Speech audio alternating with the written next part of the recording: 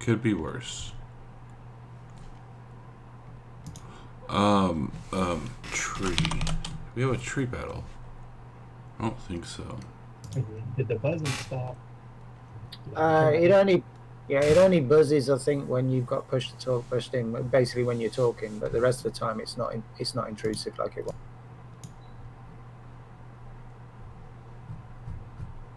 I had my input volume turned all the way up because I was having to whisper pretty much last night. I turned the input volume down to some. Hopefully. The buzzing's gone, but you sound kind of digital now. Yeah, this is going to be an issue. Listen, I'll keep quiet for the most part, and then if I do have anything to say, I'll just throw it in the Instagram chat. You need to get you an auto tune.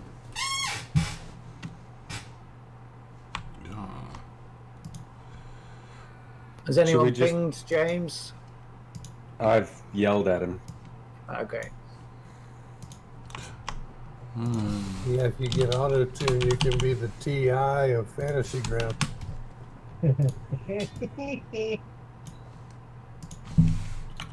What's TI? When I think TI, I think Texas Instruments. I think he means T-Pain. I might mean T-Pain. Yeah. Okay, I was thinking they used like the graphing calculator Fantasy Ground. I was like, fun fact: the rapper T.I., when he was arrested for, I think, murder or maybe drugs, can't remember.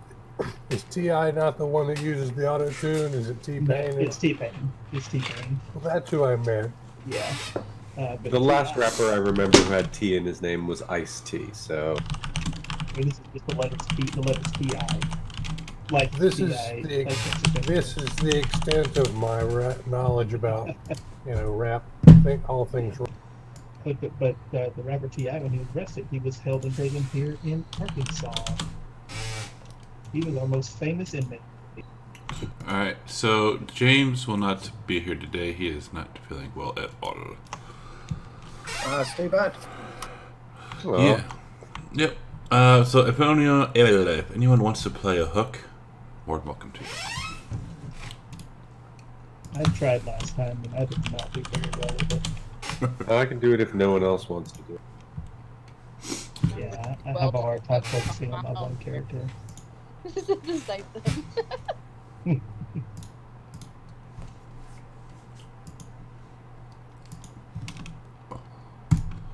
Especially this early one. And we will get going here in a minute. Focus. Ooh, Death Domain. I don't think that's one of the domains I haven't actually played. So wait, you haven't gone to sleep yet, but all your clocks are changed. And my thing is so fucking weird. So are you saying maybe you did it yourself, you just don't remember? No, I didn't do it myself. Maybe you did fall asleep and you just don't remember. No, I've been wide the fuck awake watching Critical Role, and I set an alarm on my phone just in case I fell asleep. And then I got up and I was like, "Holy shit! It's already 4:30." And I walked to the kitchen and I'm like, "No, this says 3:30. I'm confused." Season 1 or 2?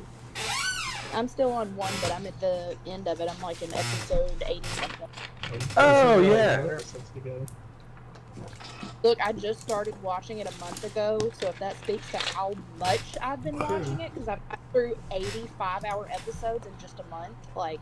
Well, they're not all 5-hour episodes, but yeah, that's pretty awesome, because I'm around episode, 95, and I've been watching it for 6 months. And I've never seen a single episode of this. I've Neither- heard of it, I've never watched any. Yep, neither have I've seen twice as many as Danny has. Twice of 0, carried a 1. I have a bit of a binge watching problem. I have been watching for 5 years, since episode 9 of the first campaign. Now, if we're talking about good shows like Ozark, then yeah, but I actually much prefer watching people roleplay than to watching TV most of the time. I like the fact that I know it's not scripted. I'm just saying. did you say Critical? I was saying, did you say Critical Role isn't scripted? I just read a thing on Twitter yesterday about this person who runs games on Twitter or Twitch, and said, "Oh, our games go so much better now that I discuss what's going to happen with the players before our session." Let's say Critical Role is scripted, so is Vampire. Well, for the most part. Well, I mean, they've said overtly it's that it's damn not. So. It's damn It's good kind of a enough. running But it's joke. still. It's a running joke. It'd be a lot easier for me, I think, if I could just run the script by the players before I do a session. I mean, you're not wrong. Was a bank heist part of your script yesterday? Oh Christ! The bank heist. That wasn't even a heist, was it? That was one of the most ridiculous things any player's ever come up with. I think. So last night in Avernus, the party, Chad would know it. They got one of the Van Thamper sons. They'd kidnapped him. They were going to try and use him to gain access to the Van Thamper estate. They're the big bads in Baldur's Gate. CJ, again, who's a changeling, took on the form of the Van Thamper son and decided on the way to the Van Thamper estate, why don't I stop off at the bank and just take all the Van Thamper money? Oh This my is one of the god. noble houses of Baldur's Gate, so you're talking tens of thousands of gold at least, possibly 100,000. And his plan involved him simply looking like the Van Thamper son, walking in and saying, "Can I have some money?" That was the extent of it, essentially. Did it work? He did not. He sat down. I had the bank teller ask him to sign the required forms. He said, "Oh, okay, I scribble something on the bottom." I said, "Okay." They take it away. They check it against the signature they've got on file, and they come back and say the signatures don't match. He said, "Okay, I use sleight of hands to forge the signature." I said, "You've never seen this guy's signature." He says, "But I guess it based on his personality." Pointing.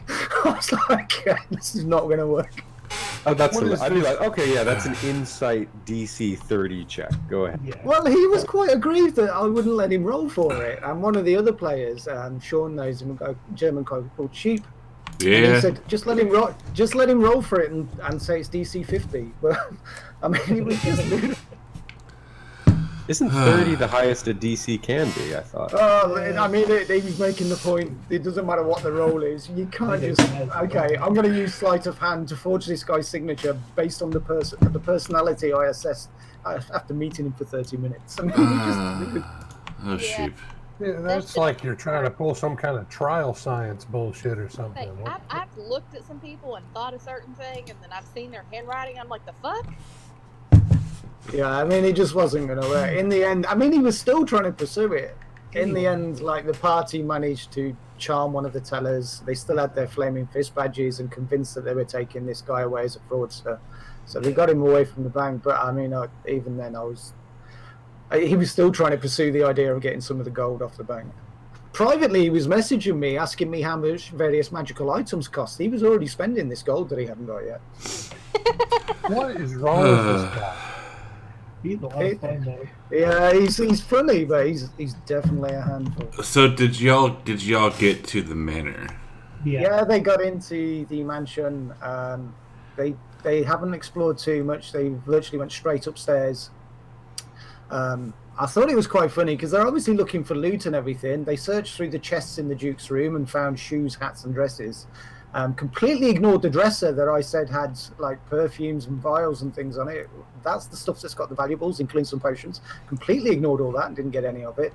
Then tried to go up the spiral staircase and activated the helmed horror. So that's what Did they meet Jinko's buddy? they have not, no, because they didn't explore much downstairs. No, Oh, sad. we met the butler and we met we started to meet the old. Yeah, because they were He still came out blasting. they've still got CJ who's impersonating Hey, Anna. Fred. The guards have basically let them up there and walk around, but once they activated the helmed horror, the guards have ran to get Thirstwell. He's come out and pretty much started blasting, and that's where it's ended. Nice little cliffhanger. Cool. So, Sounds like that may be where it ends. so yeah, where we left off, y'all were getting y'all's butt whooped by some goblins. You got a couple down. Whittling it down. Y'all got a couple down, but Killed a whole bunch. Still hiding. Yeah, we're down to 3. you're down to 3. But I'm looking at y'all's health, and it doesn't Yeah. look too good. And to be fair, that was with massive exploitation of Engorgy Point. That it was. And we have our good buddy Fred watching today, so. But for those of you who don't know who Fred is, he likes to torture the party, if you will. Hi, Fred. He's my Netherlands benefactor. Anyways, Horesia, Sean just bought you a greater healing potion. You can add that right now, because the Goblin Berserker 3 is about to attack the hook with his great axe. 1 sec, I'm getting a phone call. But he misses. Alright, and then Danny, once his phone call is over.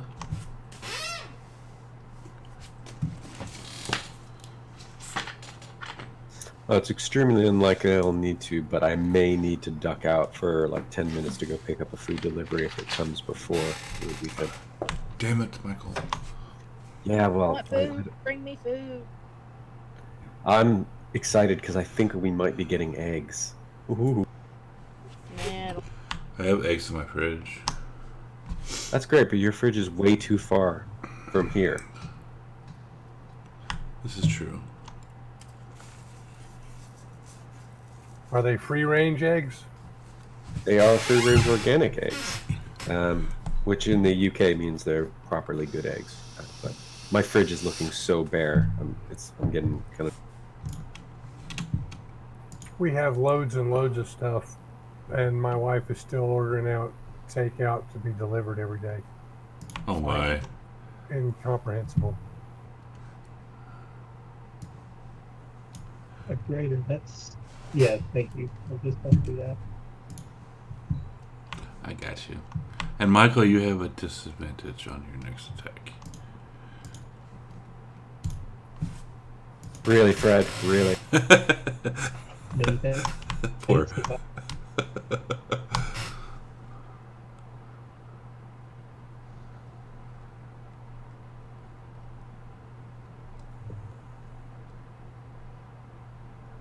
Man, this is some noisy goblins. Jeez. They are.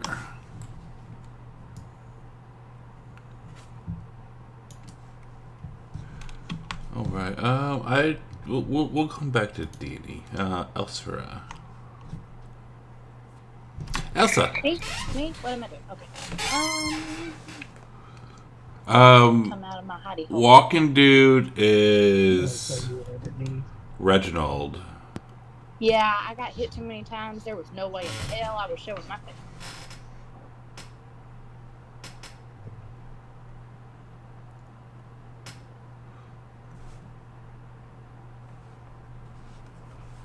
Rox is like, no. There she is. Get her.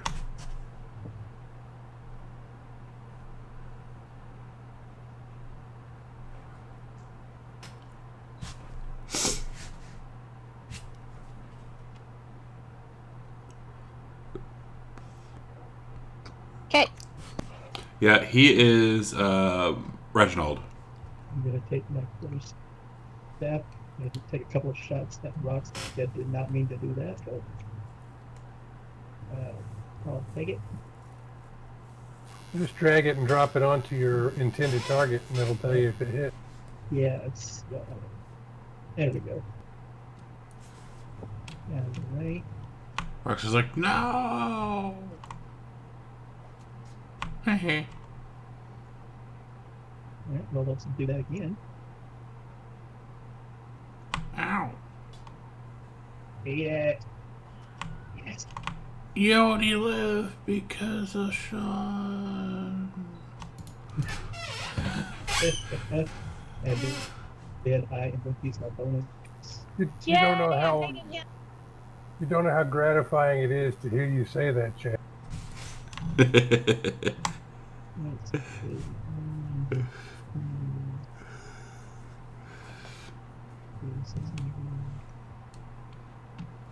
But this Goblin Knight is looking pretty hungry. Would you still consider this area on top of the platforms dim light? I know I ask that every time. It's like nighttime almost, isn't it? It is almost nighttime. These guys, you could say it's dim light, sure. Okay. Then I'm going to use Shadow Step and advance over to this platform. Does that It does not trigger opportunity attacks. okay. It's basically a disengage. Okay. And So you left Kolvar up here by himself. it's all right. I got this. Me and Spruce will be heading up there, I think. I'm surprised Spruce didn't already head up there. He has a phone call. Oh, nice. And he's tough. Well, Kolvar can handle this. You are well, for my action, buzzing. Oh my god. I'm going to use a dose of my Kia Tom's ointment. I'm going to slather some of it on some of the more obvious wounds. 6. Oh my gosh. Perfect. Yeah. It has a maximum of 18 that they can heal, and I get 5. Well. And then I'm going to move up to here.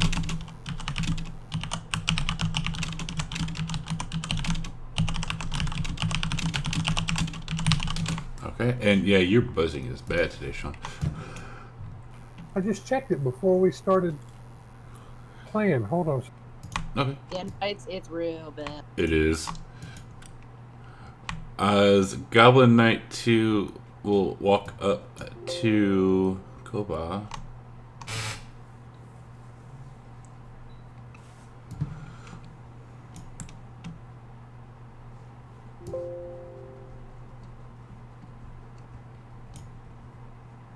There we go.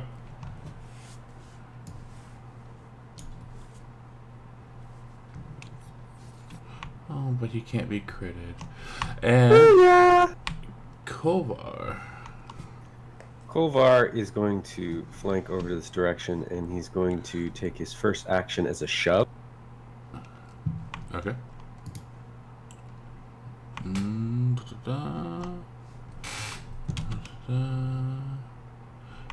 Goblin 2. Okay. So I think he gets pushed back 10 feet. Okay, so he starts getting pushed back. Let's see if he can stay on his feet. Okay, so he's able to stay on here. Okay, then I'm going to properly Sparta kick him off with another shove attack. Can you do that? Can you do that? Well, I've got 2 attacks. So, as far as I know, I can use the shove for both attacks. I don't think there's a limit on shoves per round. 2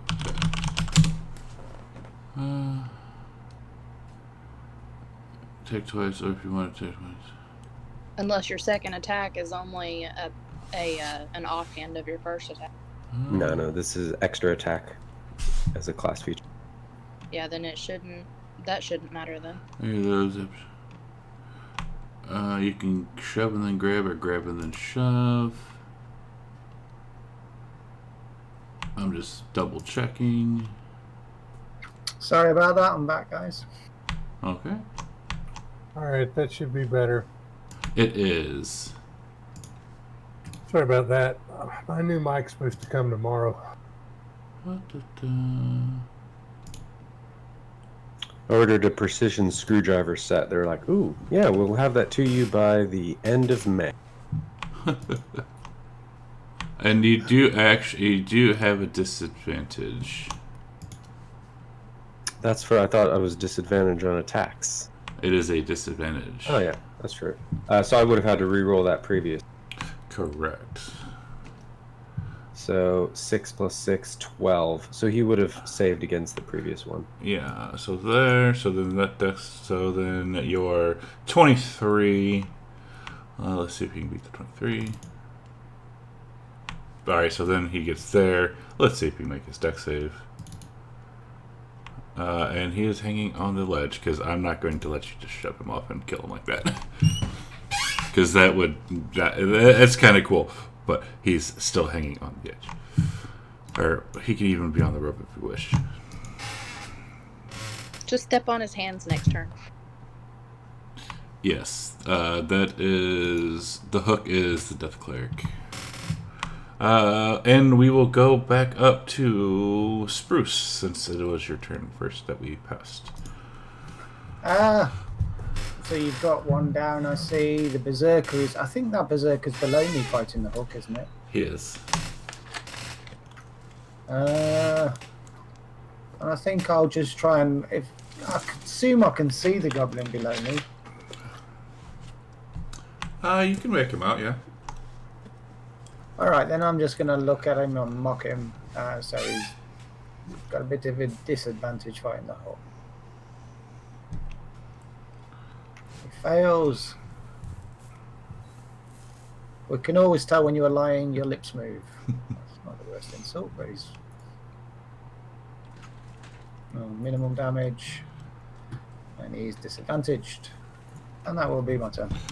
Alright, so Hook. Because we skipped Spruce, so now we are going back to him, and then we go to the Hook. Okay, Hook, seeing that the guy's looking pretty bloodied. Of course, I'm the he's just DM. going to take a... Actually, let me look at all of his things that he can do. He will use the Hook of Warning.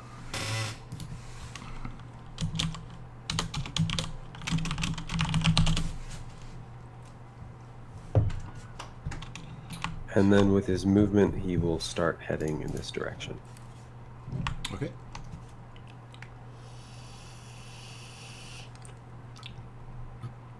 Back to Danny.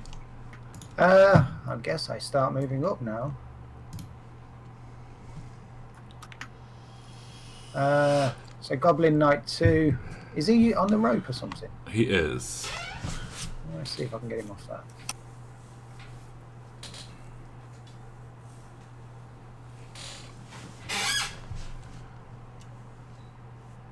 I'm actually going to shoot at him with my crossbow, actually. I haven't used an actual weapon in a long time.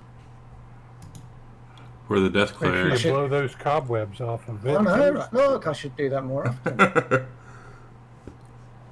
Heavy damage too. There you go. Does he have to make a check to see if he's knocked off? Yeah, let's go ahead and see. Where are you? He does start to slip a little bit. Okay. Well, he's got a crossbow bow stuck in. That's good enough for me. He's like, ow. Elsa. Oh, that was fast.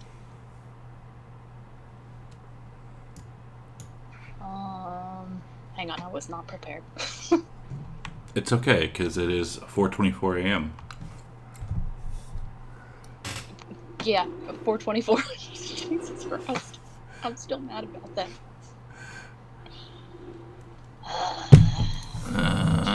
It's 5:24 a.m. your time. Yeah, that's not what I was talking about.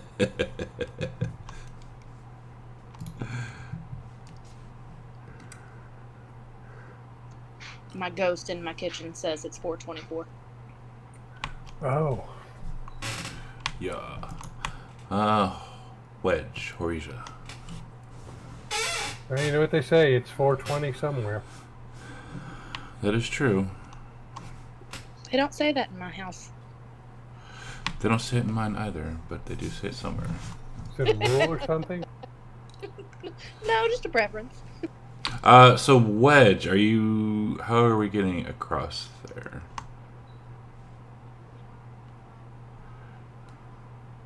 Were you trying to climb the ropes, or were you jumping it somehow? I know you can't talk right. He shadow stepped. I don't know if he shadow stepped or not. That's why I'm asking. Okay, he connected. I thought He says saw- he shadow stepped. There, yeah, I see it now.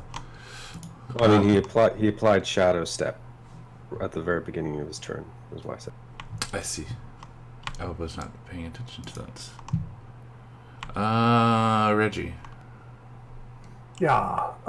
Well, seeing as how things have calmed down a bit on as far as all these things we were fighting, and Gildus is still buggered off up to the north. Reginald is gonna haul ass that way.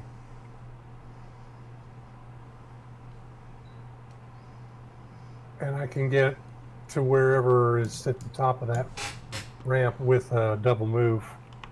Okay. So from there, So now just give me the scene of Gildas being, staked out and flayed by a whole nother horde of goblins. you do see Gildas running into a camp of goblins. It's a Whoa. it is made of a wooden shack and about 5 canvas tents. And goblins too? No. Oh. Whew. Well, I'm just gonna keep after him. I had already figured he died last turn. I didn't know what the fuck happened. Well, he's kind of the guest of honor or whatever. I really don't want him to get killed. He kind of ran the fuck away. He did. He ran after his beloved. You can't really fault him for that. I can. Well, okay. Truth be told, I can too, but... Anyways, that's what we're... Alright, so Goblin Knight 2 is going to nimble bimble climb across this fucking thing. I will yell out, "My dad will find out about this!" As he's going... What is he, the goblin version of Reginald? As he pulls out his crossbow, or short bow, I'm sorry, and will level it at Kulvar.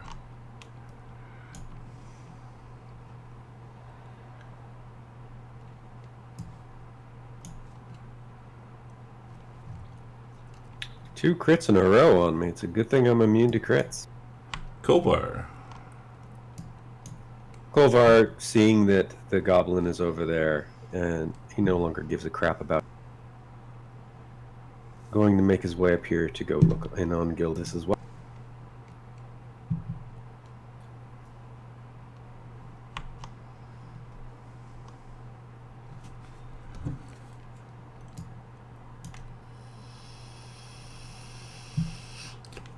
So this guy's kind of get away, is he? He's trying to get away. He's It worked suspended last time. like 80 feet on a platform.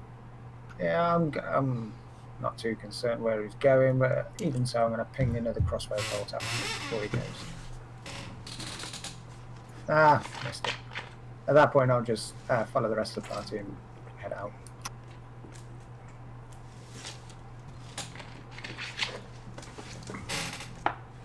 Alright, so we are ignoring this goblin. Perfect.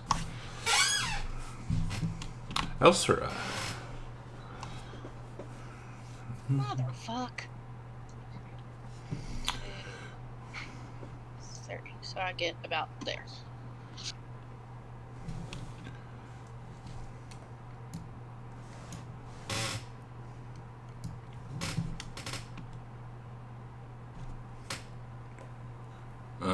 I'm not Michael. What?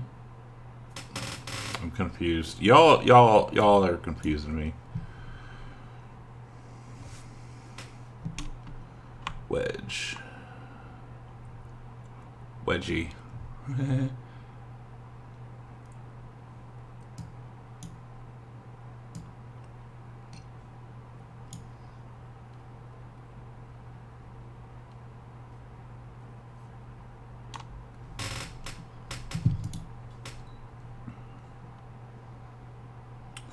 Horwesia.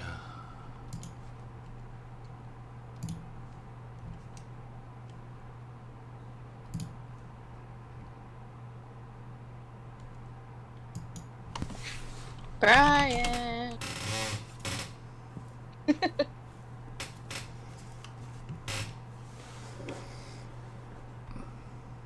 One kill goblin. Perfect. Same.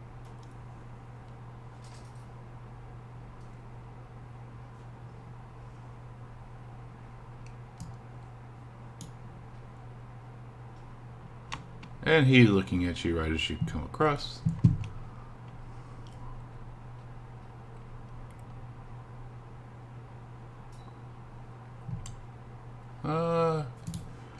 Shadows, stop, shadows.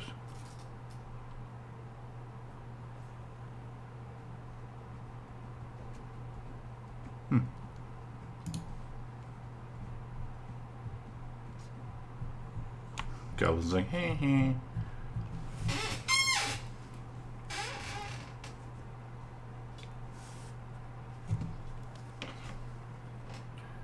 Well, as I said, I'm still continuing to hustle after Gildas. Okay. What's he doing? Just running along yelling Devin's name? Yeah, so you're route 20 to 30. Well, you're like almost your full movement, I guess, outside of this map. Yeah, he is running like this kind of theater of the mind. He is running into this camp looking for Devin. But who was ever here appears to have legged it. Yes, so there's no goblins here right now either. Well, I'm just going to try to calm Gildas down, I guess. Okay. Goblin Knight 2. He did get a crit. Because of your buddy Fred. So let me see if it does anything on the table. Brian, tell her bye and I love her and happy birthday again. Oh, fun. Poor Horvisha. Blur. And crit. Oops. Yeah, dropping the short bow, wielding the scimitar, he's going to lash it down onto Horvisha.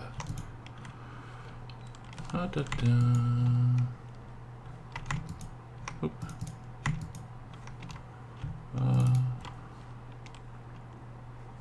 Alright, second attack.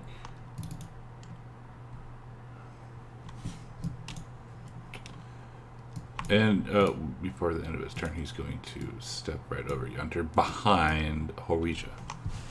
Kolbar, are you continuing your pursuit with Reginald?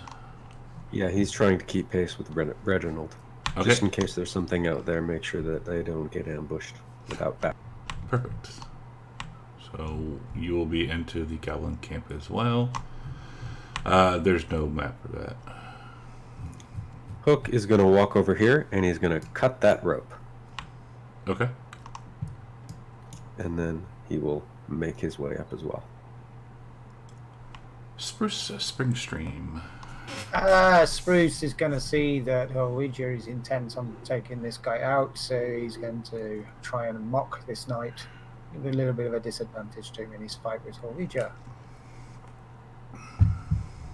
Which he fails. You vulgar boar, blockhead and lout, you ass to cap all asses, screaming your hee-haws. No goblin. We like goblins though, Turbo. That sounds like Midsummer Night's Dream. It does, right? Shakespearean, definitely. So, Okay. with a disadvantage, at that point, I will follow the rest of the party up and Okay. whatever they've got. Elsra. You cannot see him. What? Why? Well, he's on a platform he's in the middle of a platform, 80 feet up in the air.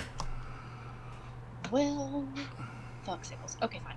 Go back to where I was. And, She said fuck sickles. 25. 30. Okay. Chick said fuck sickles. That was great. Crit for the goblin. We got an advantage and a disadvantage still in play. I'm just gonna double my movement. And take a pause. right.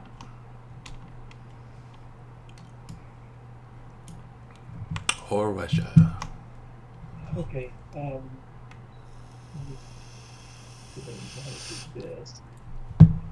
I'm gonna yell at you to run around the other side of him, just in case. Okay. Well, first, I'm going to just so I'm gonna try to hit him.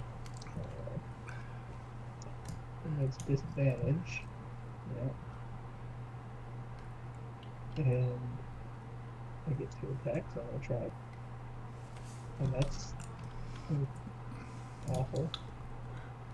And since that didn't work, I'm gonna do the smart thing and shadow step. Because I can see this fight is not going my way. And I will plot back to there. Goblin says, "You better run away, little pansy." That's what I thought. Find my stand there. Find my stand. No, you just taunted him. That's not gonna go. He totally taunted him. Oh, I feel bad for him.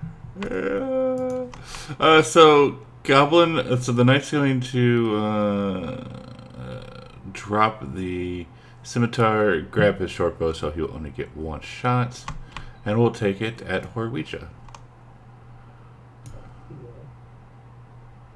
But he misses. Thank you for disadvantage. That vicious mockery, lifesaver. It is. Golbar is with Reginald. What is Hook doing? Hook sees that Bronze is looking pretty rough, and he is going to a healing word, and then head up. Oh, thank you.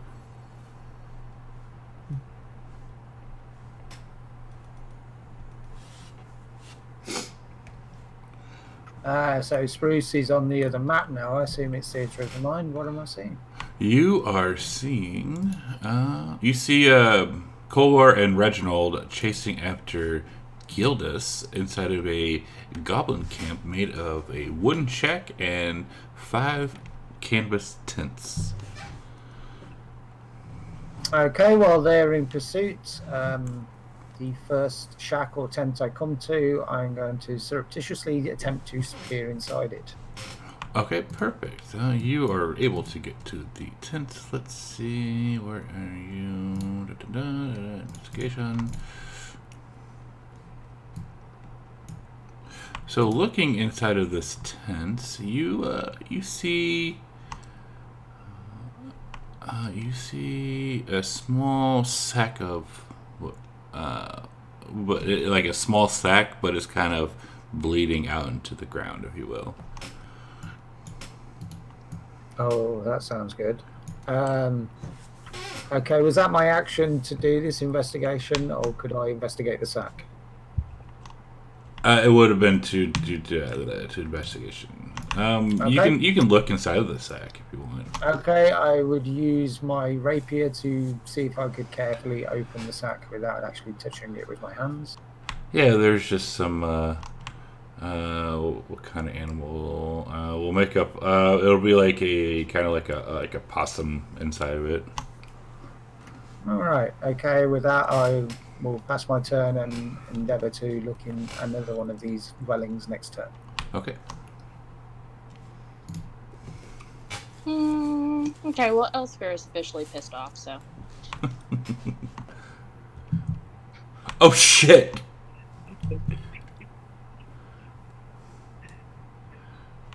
Oh shit! Okay. Thanks for making me mad. Your Highness is upset. Real question, shouldn't that concentration have had to be to 17? Because of half the damage? It only took 17. It did. It did. Yeah. It did. Had a success and took out. So, okay, okay. Just right. But damn. I see it only took half damage. God damn, she's pissed. Is that a 3rd level lightning bolt? Yeah.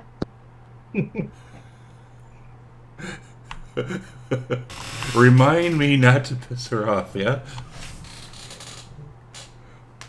I mean, look, it's our first battle together. Everybody's got to learn a couple things. And the Goblin Knight's like, ow! That kind of hurt, but I kind of liked it too. That'll teach him for going around changing clocks. Yeah, it's the Goblin. Yeah, the Knight's the one who changed the clock, yeah? It's a goblin, not a gremlin. He has aspirations. Anything else from Elsphiba? I say give her an inspiration for that. for blasting him with a lightning bolt. And making him like it. Yeah, I did a wisdom save to see if that taunt actually affected me, and I rolled a natural 1. Yeah, what was that for, by the way? Yeah, just to see that if that taunt actually affected me, if it broke my and it totally did. So I'm shadow stepping back over to him. So like seeing this person beside me highly upset. I just got I'm actually gonna okay? come up behind him. Actually, no, I'm not. I'm gonna go here, so I'm not right at the edge of the platform. Yeah, right at the edge of the platform, and above the water. Right. And yes. Ow. So I'm gonna hit him. Come on, do the thing. Stop trying to hit me and hit me. I just want to know why this guy is still standing. And with that hit, I'm going to attempt a stunning strike. Bane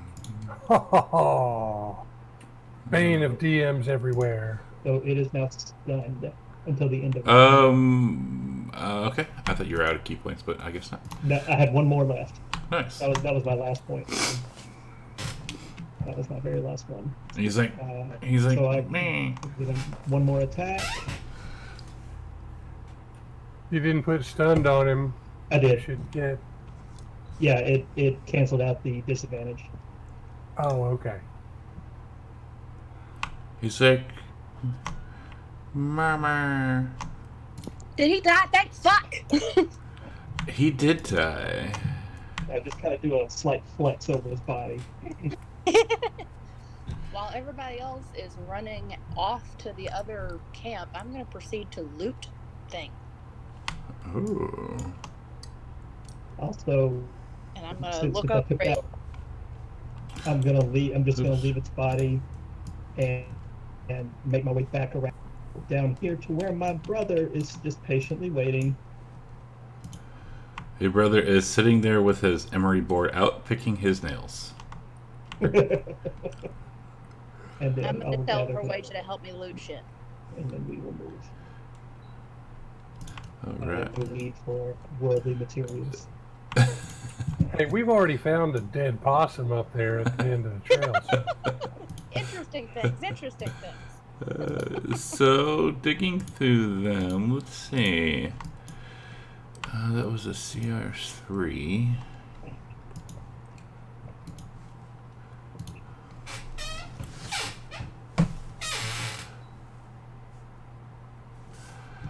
So you find about 20 gold, around 240 silver, and a potion of healing.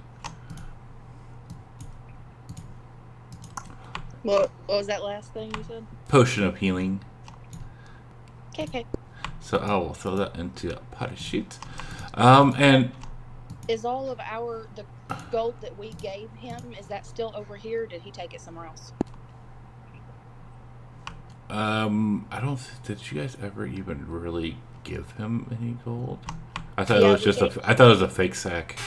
We gave him 2,000 when he promised that he would give Devin back under the zone of truth. Yeah, we gave him that first case of shit and he ran off with it. So yeah, that would have been. I mean, if you want to keep the money from Devin, you can. No, I'm gonna recover it, but I'm gonna keep it separate from my stuff. Yeah, we could say there is. I don't actually have a partial for it. 7 of it's whole wages. Yeah, I will distribute it back all out how it goes. Alright, so now you find yourself with Devin, the sniffle one. He's like, and and he's searching. You do find him inside of the wooden shack, and he is like I said, there's no mat for this, so there's Danny's already searched through one tent, and Gildas is inside of the shack itself.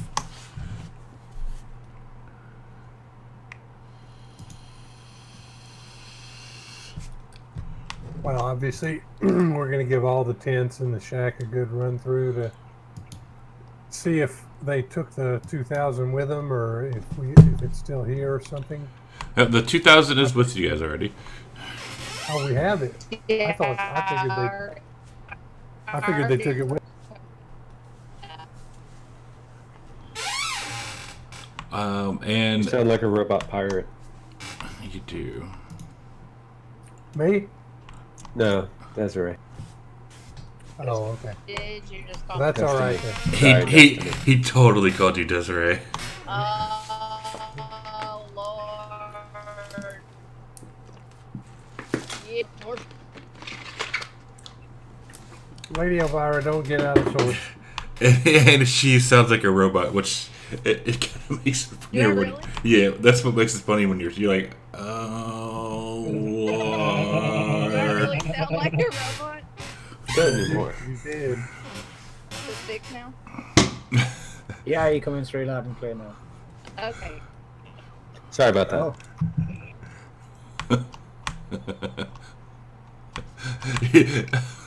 So she did just blast a fucking goblin with a lightning bolt. I was mad!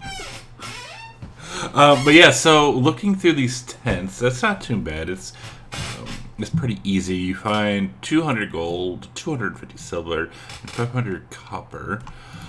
Walking into the tent, you see a small wooden chest with the word Carful written on the lid.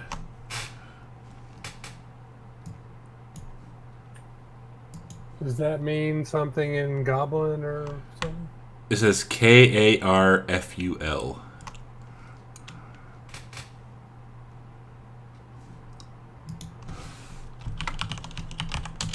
That's what it says on the lid.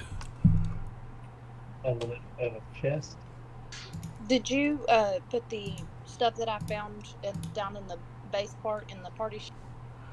You did find. I didn't put the 2,000 gold in there, but the rest of the you just Okay, you just took the part potion healing. But yeah, the golden shit's in there. Okay, yeah, I just put the 20 gold and the 240 silver on mine, so you can take that off there. Ooh, you're stealing the car. All right. So yeah, you see that wooden chest, and Gildas is kicking at it.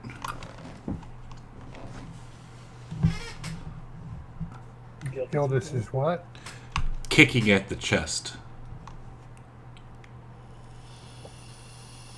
Well, Gildas, that says to be careful, so why would you be kicking that chest? Because it won't open. Take advantage of that bad time. Anyone skilled at lockpicking? No. Thunderous silence. Yeah, I mean, Not helpful. Bruce is fairly dexterous. He doesn't have proficiency in thieves' tools or anything. Well, there's the universal lockpick, a big An axe. something to clobber the top of the chest in. I mean, it's better Bust than the lock that. on it. Is it an external lock? It is. It's just a little itty bitty chest as well. Check for traps. So, Mr. Bronze Hook, can you just smash it? Check. Yeah, I suppose Bronze could. I mean, he's not really that strong. Probably better to ask Kolvar. Actually, Kolvar's not that strong either. Everybody dumps strength in 5e. They do. Is Gildas not strong? I mean, it's in his name. Is he not that strong? I am strong, but it is not my fortitude, if you will. Right, so it's That like makes when no you have a sense big fat whatsoever. guy. Yeah, you get a big fat guy and everyone calls him tiny. Right.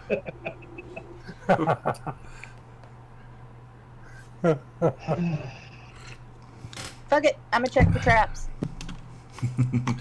Alright, little Elsa, or Elvira will come up and look for traps. Let's see. It does not appear to be trapped. No traps whatsoever. So great. Everything's great. Can we move the chest? Is it mobile? It is. It's just a little wooden chest. It's like, I mean, like humans can just pick it up and hold it in their hand, or not in their hand, but like they can pick it up. It's not even that heavy. Okay. Well, let's take the chest and set it in like a little open area, and Reginald will Eldritch Blast it. Force damage should be enough to. You want to Eldritch Blast this chest? Just one end. Do it. Do it. Oh. I will position myself between the chest and my brother so he does not take it blast in case it explodes. So. Yep. And so it's send it into kind of an open area so we can be like 40 or 50 feet back from it, Cautious and little then weak. just I'm blap. gonna close my eyes. Roll the attack in the chat. Let's see. It'd be funny if you got out one. Well, it's a double beam, so Okay. against those two.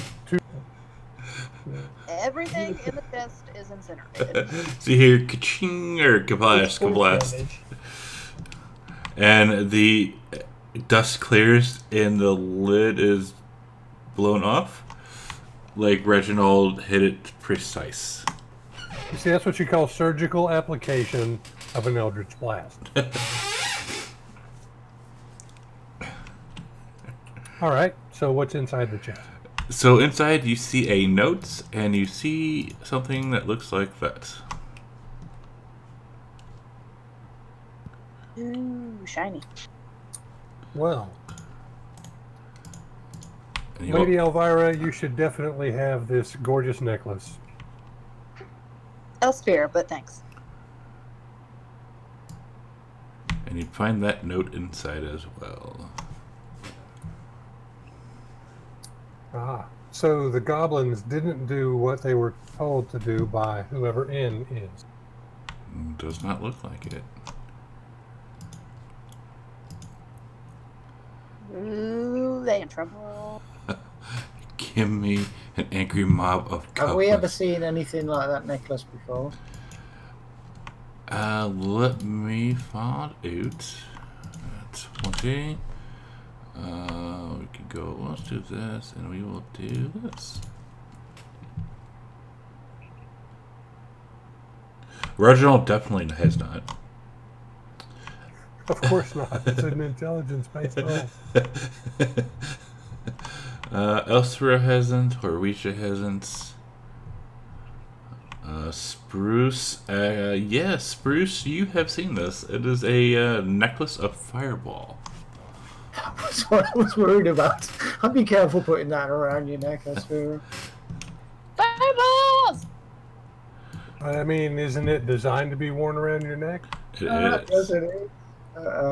Yeah. Me like the fireballs. I can see the image, but how many bees does it actually have on it? Let's see. It has 1d6. It has 4 beads on there. Alright.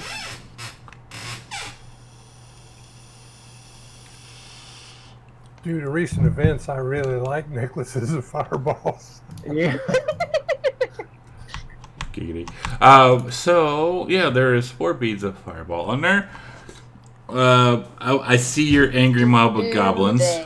Can we sit down and focus on it, see if they recharge or if they're just...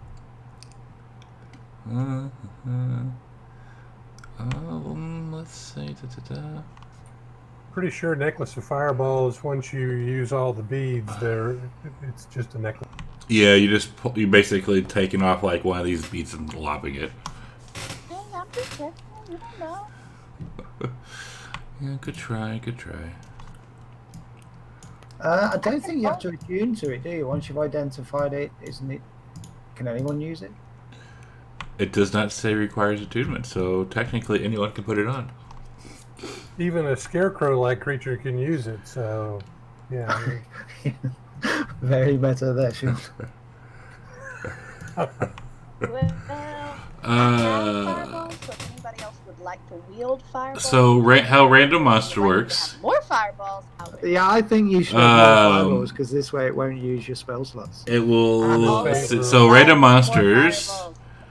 It's I'm in favor of more fireballs for Lady. Random. Hey, that's my Twitch name. So there are. Fireball. I thought it was Lady Ovo. That's what I thought too. Yeah. We were learning some more new things about Brian. There's a man who's comfortable with his masculinity. He's not bothered. Oh. He's not bothered by anything. So, reading this note, it appears that whoever took what's his name, Master Artist, I'm not gonna give him that. was defying their orders to release him. So, plan. Can we say that we found the note and we took care of the problem for him because they did do what he said to, and kind of go in there diplomatic like? Go. Where were we trying to go? I mean, I've just said for the future plans. We're making plans. Can we? Are there any tracks? We heard a horse ride off, did we not? About that? Yes, there are tracks. Let me see here. Yeah, you do see fresh hoofprints left by the horse carrying Devon. They lead into a thick forest. It looks like that is our next destination.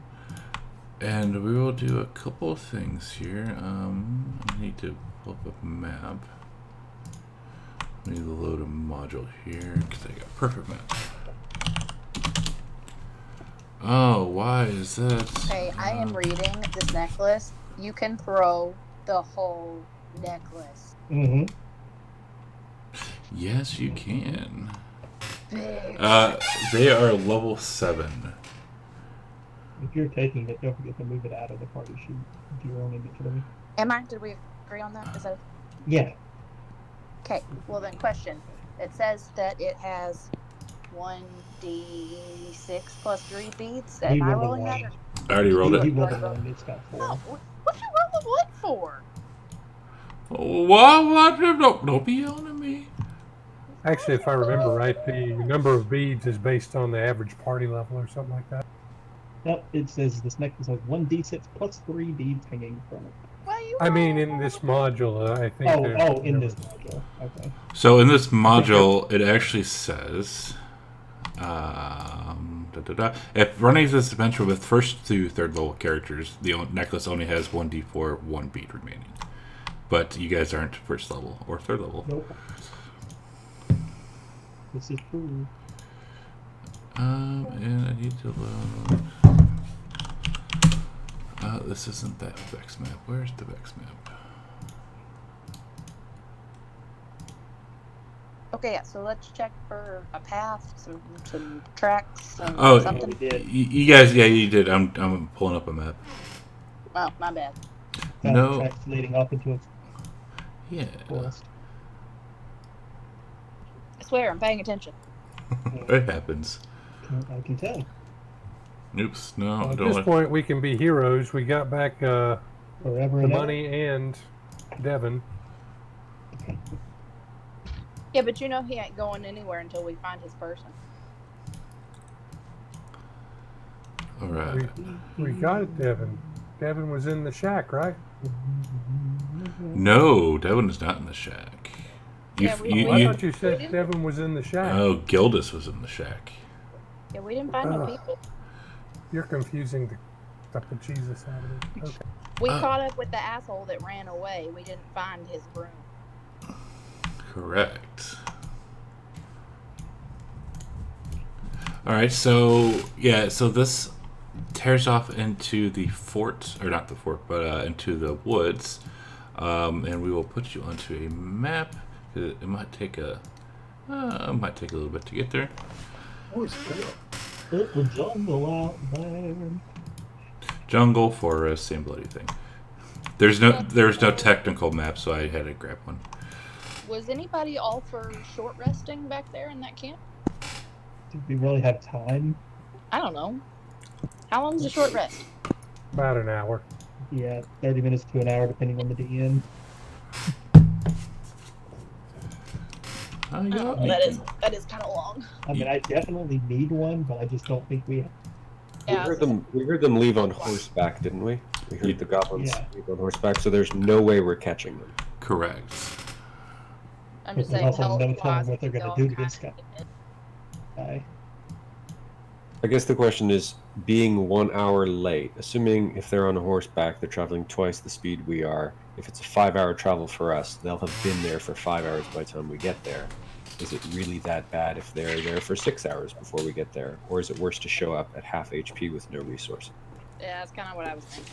And then it's a matter of convincing Gildas to not. Oh, let him go off by his bloody self if he's an idiot. Yeah, we'll catch up to him dead, Red laying would on the definitely ground. let him do that.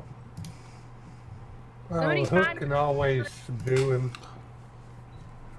That's what I said. Time to. Hook, because I'm not comfortable role playing another person's character, is essentially going to be functioning as a cleric in combat. I don't feel comfortable doing any role play stuff for. What? That's what you gotta do.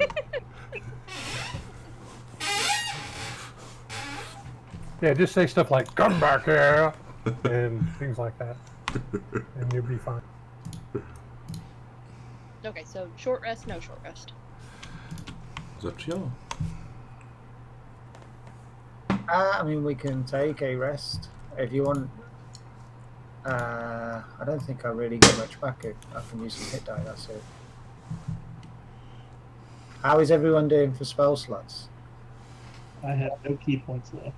I'm basically out. I'm out, Yeah. but I get all of them back on a short rest. So I don't, but I'm half health, so. Yeah, so we'd get the key points and spell points back to original. So I guess a short rest would be beneficial. Yeah.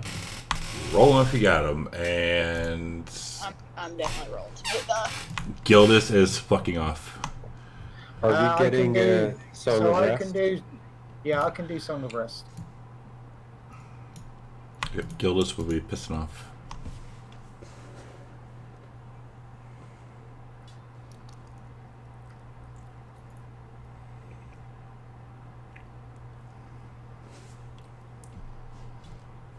Okay, so who used hit die? I did. I did, I did. I think everyone. and I'm gonna use some on bronze as well. Bruce, Red Node, Elspeth. Yeah, looks like everybody did.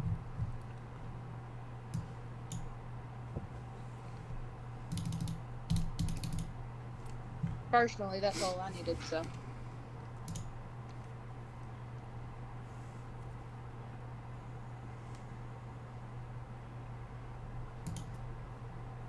Boy, I'm just consistent on these hit dice rolls. I totally didn't even ask this before we did this. Does anybody have any, like, short rest abilities that adds a bonus to? Song of Rest. Song of Rest gives you Yeah. a little bit of extra healing. Yeah, does anybody have that? Yeah, he's Spruce, using yeah, it right I just now. did it. Okay, you just did it. My bad. I need to go to bed, y'all. So you are digging yourself deeper and deeper. Look, I wasn't watching the screen. I was just thinking about this at the same time. Leave me alone. To be fair, it was just a one. I managed to get on you with the Song of Rest 1 point. Yeah, well, it's better than none.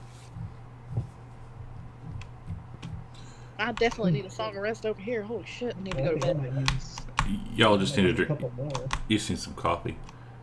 I drank a whole, big cup of coffee, okay? It's not helping. Drink another Oh, one.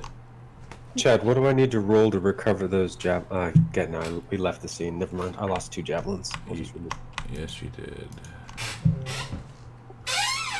Would I maybe found those when I was looting? I do believe he chucked them into the edge. You were gonna have me roll to see whether or not they went over the edge. Right, you did fuck off before you were doing that. Because you were chasing, and then you took off.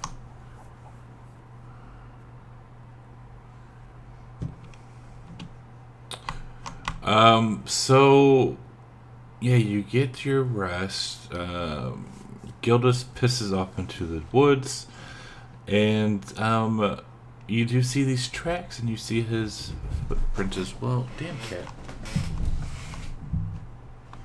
See the footprints, and you journey off into the woods. You travel for about, I'd say, an hour or so. And it's still nighttime, so you hear, once you're traveling in these dark, desolate woods, you hear some kind of growling noise. Great. I totally forgot to ask if we should be doing this, stealthily. Good luck with that. I think most of us are probably absolutely rubbish at stuff. Spruce isn't. He's pretty stealthy. Yeah, so is I'm pretty Reginald. stealthy. Okay, half of us are absolutely rubbish. I was gonna say, I feel like Okay, anybody so- that's kind of stealthy could lead the party in the walking order. Let's see, I've And then we've got a big speed. clanking automaton coming behind us. That's also true. So go ahead and put yourselves how you want to be walking then down. So essentially, you walk the path you're walking is like this way. Wedge would be in front. But I've got extra movement and exceptionally stealthy. So Yeah, I'd probably Okay. be like actually be middle. Spruce will bring up the rear. If people want, Kolvar will walk over here by himself since he is the worst, least stealthy guy. All right, so this is the path. I'll move you. Start moving you back a little bit because it will matter. Wedge will stay about 15 to 20 feet ahead of everyone else. Yeah, being a ranged person, I'm gonna stay right smack dab in the middle of everybody. Kolvar is going to stay a little bit out to the side from the party, so if they do decide to stealth, he can draw everyone's fire. All right, so yeah, you will be walking. I'm guessing on the side of the path. Yeah, and Spruce is bravely leading from the rear. Okay. Well, that's so when we turn around and run, he'll be in front. All easy to trip one of you.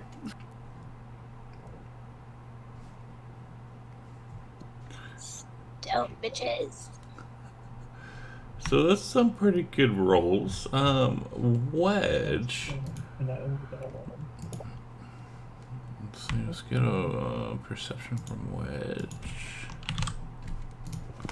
Did you roll an 8? All right, so Horwesia, as you are walking along silently, you hear some growling, and looking both to your left and to your right, you see a couple of creatures popping out of the trees.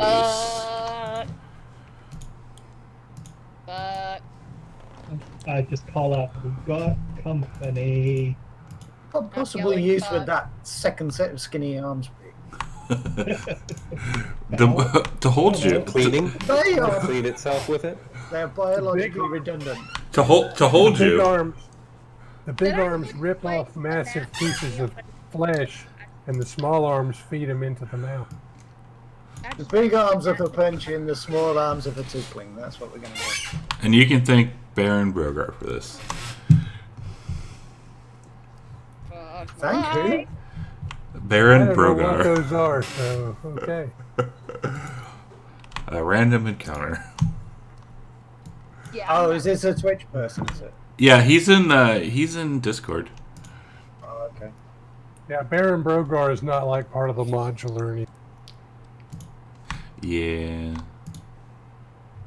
So, Elsera, you hear Howie just say, "Oh shit!"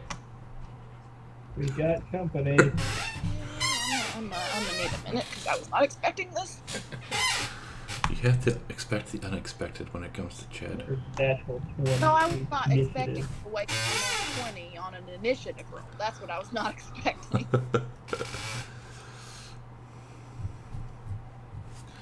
Hey, just be happy that y'all had some good stealth rolls outside of 2. Fair surprise round would have sucked ass right now. I'm gonna do that, and oh wait, I'm gonna move over there.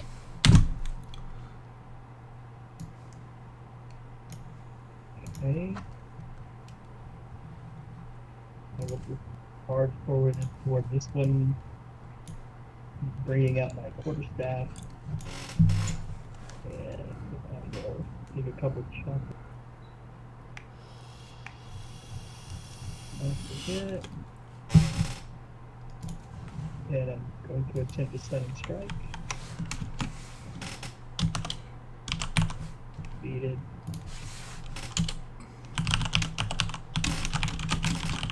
We'll take another strike with my staff. Oh hey Chad, side note, where can I don't have my sorcery points on here. Where can I track that?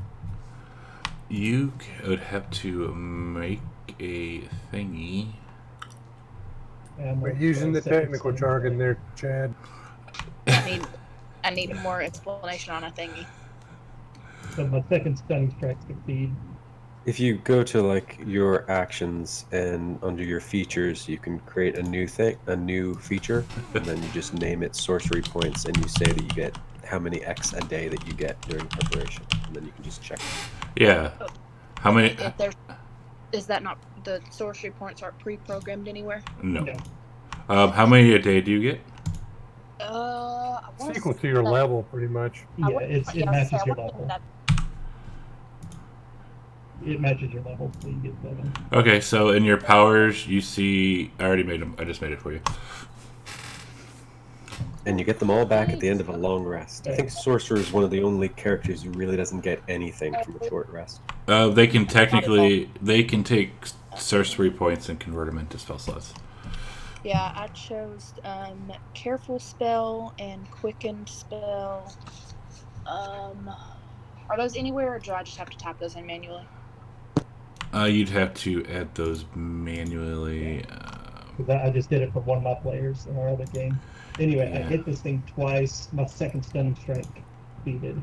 You did get him. Okay, so And that would be it number is now 1. stunned until my next healing to my next turn. So I passed the turn. Okay. Yep. Now, Reginald, seeing the stars and the little birds swirling around above the creature's head, he makes a beeline for that guy. And we're going to go ahead and apply Hex to it, because I still have Hex going. How long does Hex last? 8 hours. Oh yeah, that's right, because you... Because it's cast as a 3rd level spell when I cast it. And we're going to do... I don't know. These things look like they might be fiendish. I'm not going to worry about Green Flame Blade. That they might have resistance to it or something. So I'll Booming Blade it, hopefully.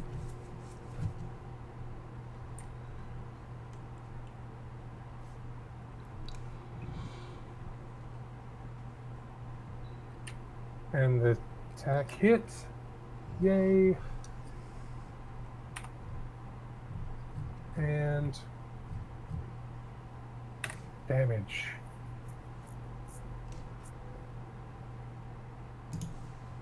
Hey, it took all that damage. Yay.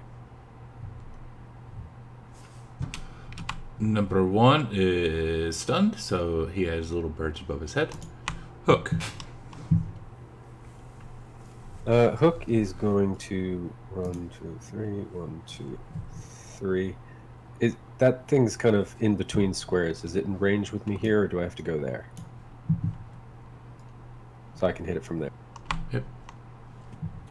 And actually, he's going to take a dodge action. So he's just going to try and... He's going to kind of taunt the thing and like snarl at it. And James does not have standard actions set. Bear with me.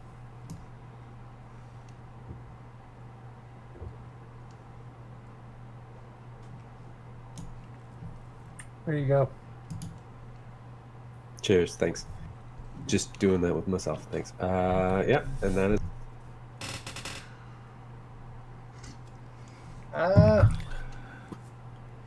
Not really a combat operative, but I'm going to move forward so I've at least got sight of this thing.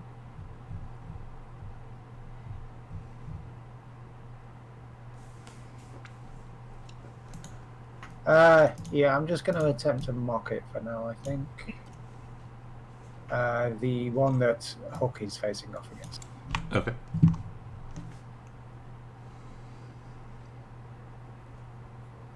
It failed, luckily for me.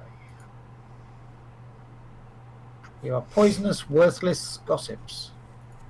Well, okay. It's a bit of a number disagreement there. Yeah. So, Dragloth, he is going to start mouthing some words, and some magical darkness is going to pop up right there. Good gossiping. So it's going to get everyone except for Kolvar in this darkness.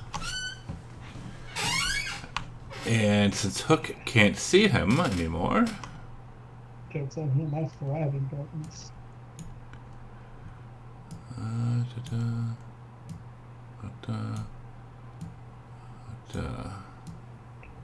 Does he not get an opportunity attack at disadvantage? Can you not see him? So are you sure he's even moving if you can't see him? Is my question. Ow. I'm not going to fight you. I'm not sure. Like that's how. Like if you can't see him, how would you know that he's moving? Could we maybe make a perception for like hearing the move? Sure. Let's do that. Let's see where's Hook.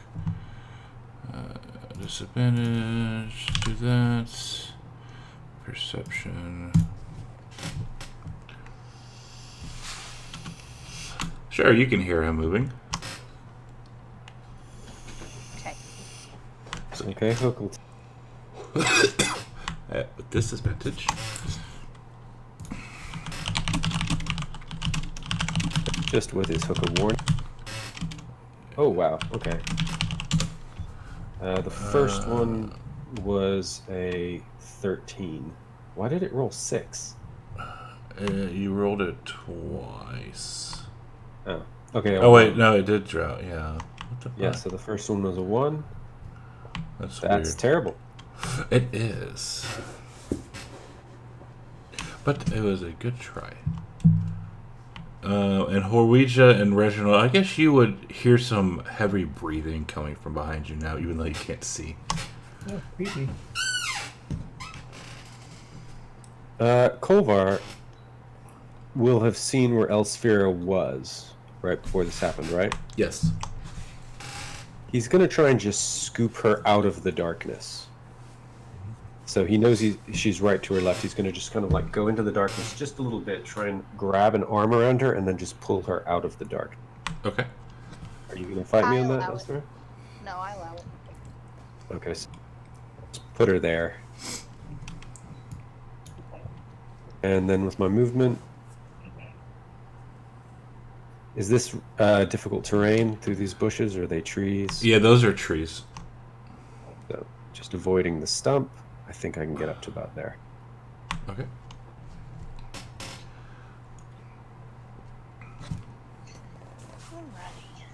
I'm going to try something. Okay, so question. From outside of the darkness, do I see just like this cone of darkness in front of me, or can I see in that area? It is all darkness in front of you. You can't see it. Like, even if you were to put your hand in there, you wouldn't be able to see your hand. Gotcha. So if I cast something, would he have advantage on his saving throw? What are you going to cast? I want to cast Mind Spike. You can see. So you reach into the mind of one creature you can see within range. Oh, bitch. Okay. Never mind. This is why darkness is a bitch. If only I had thought of that before. Yeah, well, okay. Okay.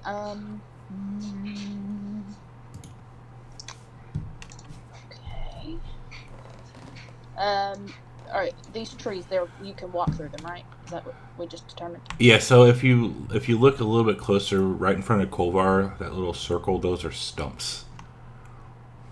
So you could technically walk around them. Yeah. So that is a stump. That's a stump. So 10, 15, 20, 25, 30. And then I'm going to, let's see.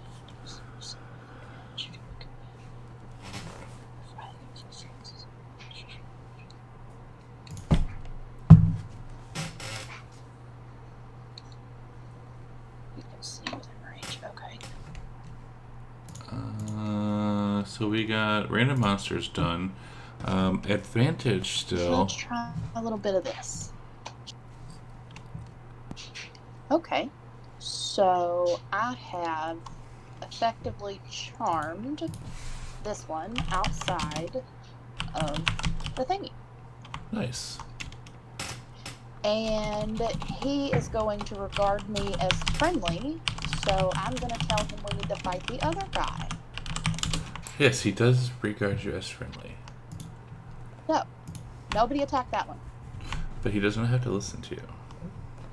Yeah, but if he, let's see, regards us as a friendly acquaintance, so he would want to protect us if we're friendly acquaintances, right?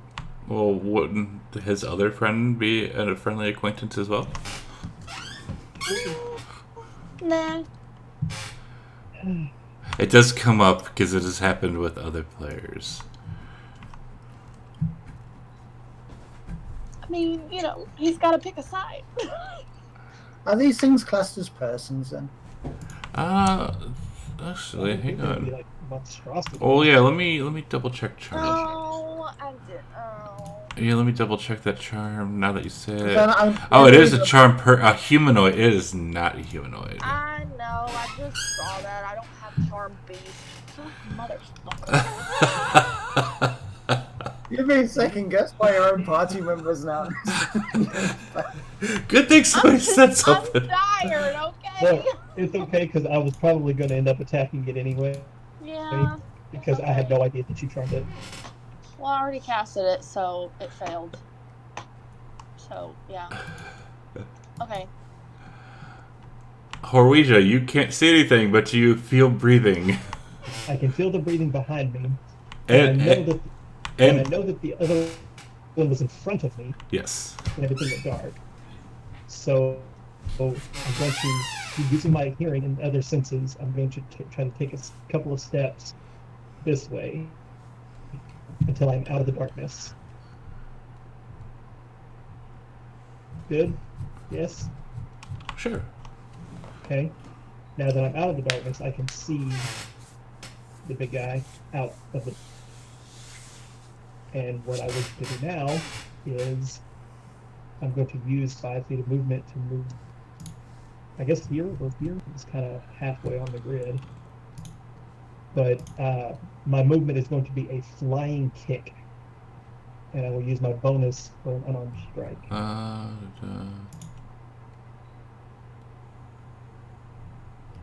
Wait, do you have the mobile feat? What would that be? To not get up attacks. You only get avoid the up attack if you've attacked the monster itself. So Yeah, so if you were to move out, Draglith 2 would get an op attack on you. Okay. Alright, if you want to do that. So it can. What's that? So the beast can see us. Oh, absolutely. That's, yeah, like, I guess that would make sense if he would start charging into his own darkness. yeah. This is Chad's standard move now, ever since he discovered darkness. Oh, Chad's Every encounter. Not every encounter, and this was completely random. It was. Okay, well, I guess it gets its opportunity attack. Okay, anyways, it misses. Okay, well now continue moving outside and then launch a flying kick, and I hit with.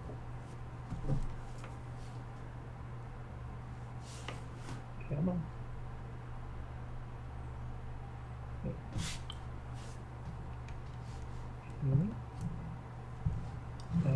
I should have gotten advantage on that. Because this should still be stunned. Why did this stun me? I'm not sure. Because it does last to the end of your round, right? Yeah, I'll just reapply it. And then I'm going to take 2 quarter-staff strikes.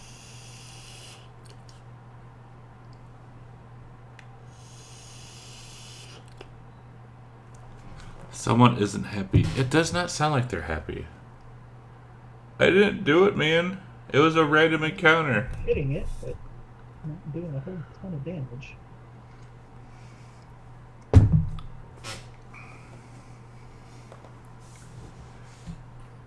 Well, Reginald doesn't have any particular objection to fighting foul beasts of the nether regions or whatever these are, but not from inside of a darkness belt. So I'm gonna. Can we stipulate that Reginald, based on the position of these 2 enemies, can tell pretty much what direction he's moving? I would think so. Even with his low int. I mean, he's combat seasoned and yada yada. Oh, yeah. Okay. Yeah, you're good. Then I will use my action to disengage, and knowing that the one on my left was stunned, I'm going to assume that the darkness come from the one on the right, so I'm going to move to the left. Did you reapply that Horweech, the stun? Oh, let me take this. Take that back off. Yeah, because that would have ended at the end of your turn. But Reginald, as far as Reginald knows, he's still stunned. Well, I'm using my action to disengage, so... Right. You're good. It's okay. And I'm just going to move to there. And I'm going to make really horrific, what Reginald thinks are really horrific faces at Dragloth number 1. And I think that'll be pretty much it for this turn. Okay. So he is going to bite and claw you. Claw at Horweeja.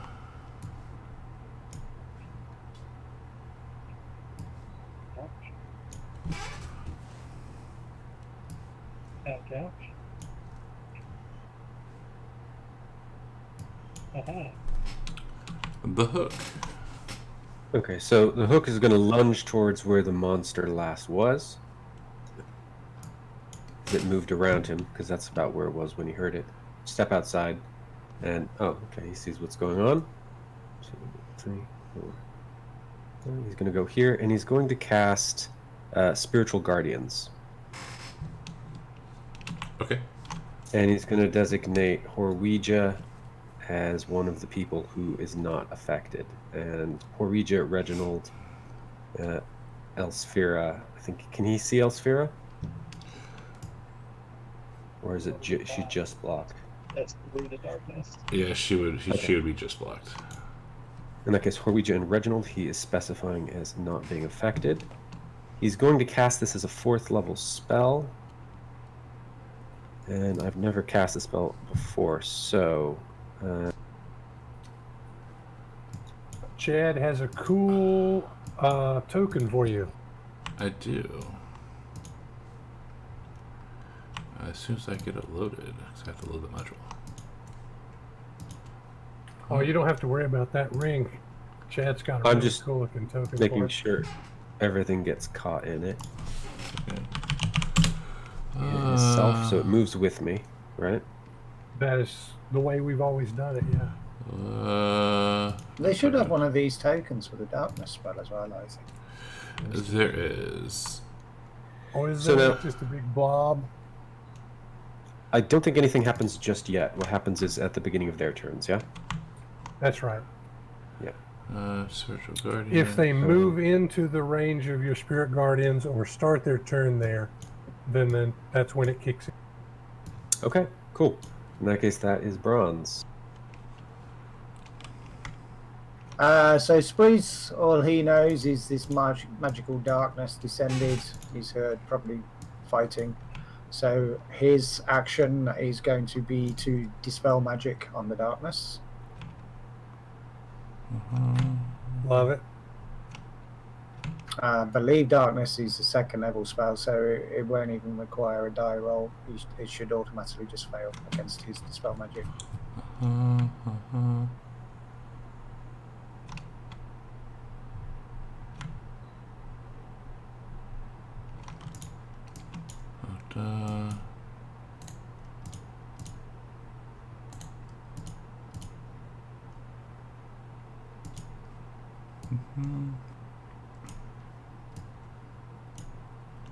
I think it's 15, no, it's 5, 10.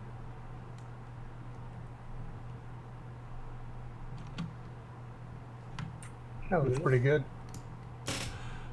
And the darkness goes away. At that, he will see the spirit guardians. He will see the two monsters in front of him. He will back away. And for his bonus, he's going to look at Kolvar. So you got this, dude. And he's going to give him some bardic in. Thank you. Guardians. Quite inspiring, Spruce. Did Oh, that's the first time I heard the sound effect for Bardic Inspiration. I turned that off. I wasn't getting any of the sound effects at all. So, Dragolith 2, I'll roll him a wisdom save. Yeah, because he's fixing to come and get one of you. Okay, so now bronze is chaotic neutral. So would I be rolling radiant or necrotic damage? I Or do I think you just- get to choose. Okay, so because I've upcast it, it's going to be 48. Yeah, so if you're good or neutral, it's radiant. Evil is necrotic. Oh, is that how it is? Yes, that's what it says on the Guardians. Well, that failed anyway, so it's gone anyway, so that's cool. What was Dragolith 2 concentrating? Darkness, which is gone Ah, anyways. that already gone. Alright, so he's going to walk up yonder. 1 and 2 will be at Hook, 3 and 4 at Horisha. Okay, so it'll be on to Hook.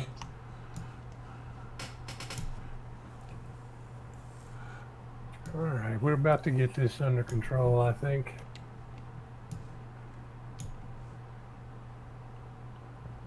And then for his... Well, no, technically he does get 3 attacks, but he will only take 2 because they want to kill you guys.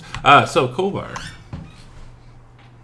Kolvar is going to run in, heedless of the spiritual guardian, so I assume he takes damage. He will.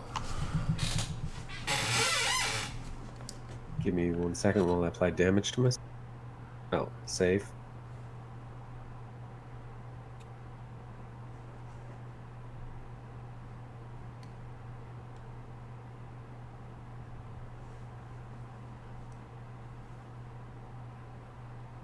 There we go.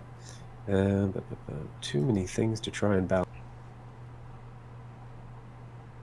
Oh, so do I take half? Is that how that works? Yes, you do.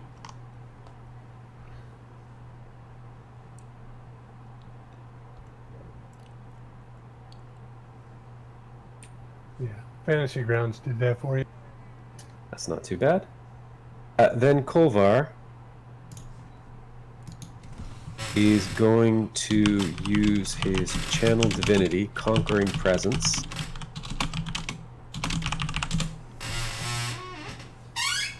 Okay, so they are both feared.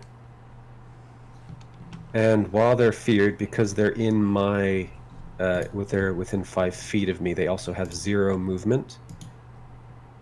And they will take psychic damage on their. Okay.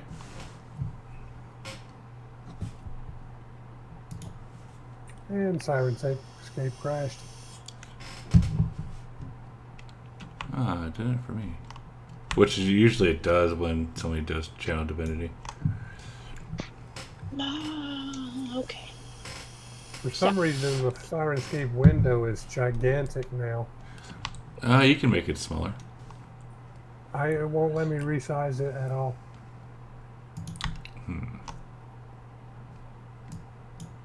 That I do not know. I am gonna. Are you still doing something? I was just clicking off my Conquering Presence, so I didn't think I had it. Okay. I am going to grab a hold of Kolvar. And I am going to Thunderstep with Kolvar back here. Okay. Is And- Kolwar going to let you? Do I have an option with Thunderstep? You do. It's a willing creature, but I would suggest it. No, he's open. Yeah. And when I do that, I'm going that they both will have to make saving throws.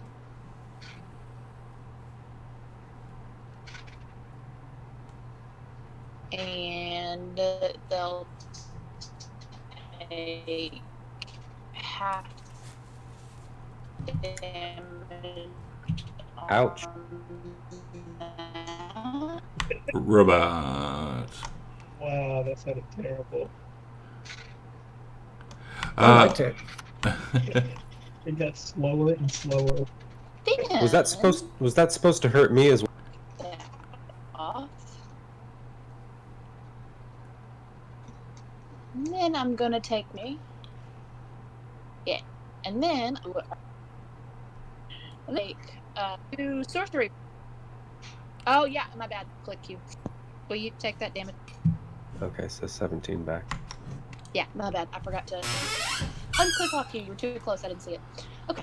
Then I'm going to spend 2 sorcery points and quicken spell. And I'm going to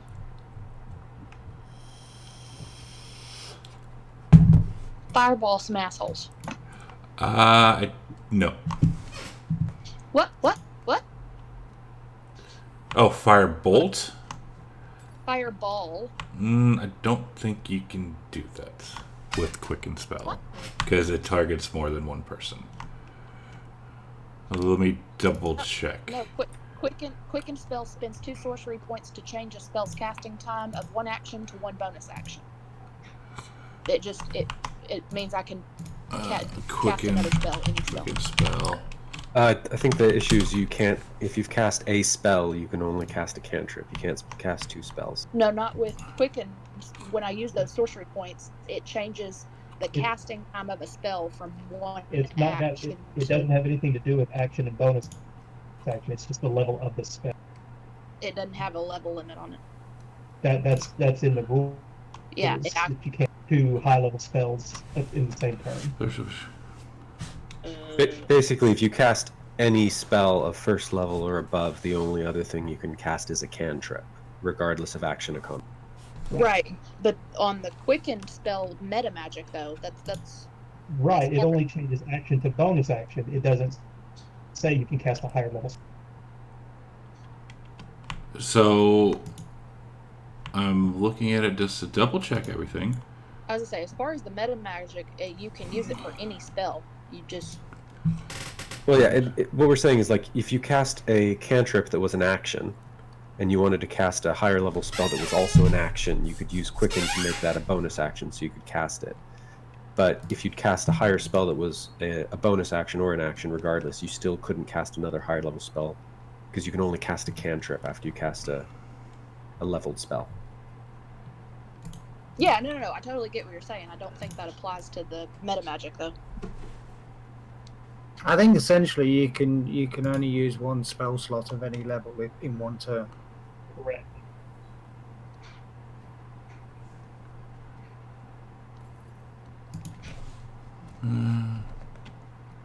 I'm just reading. As I said, somebody double check me because that's never the way I've used it. The only reason why I say that is because I have a Sorlock, and there's no way in hell my DM would let me do that. So I'm just double checking. You're fine. I never heard of that one. Okay. Quicken spell. Fireball.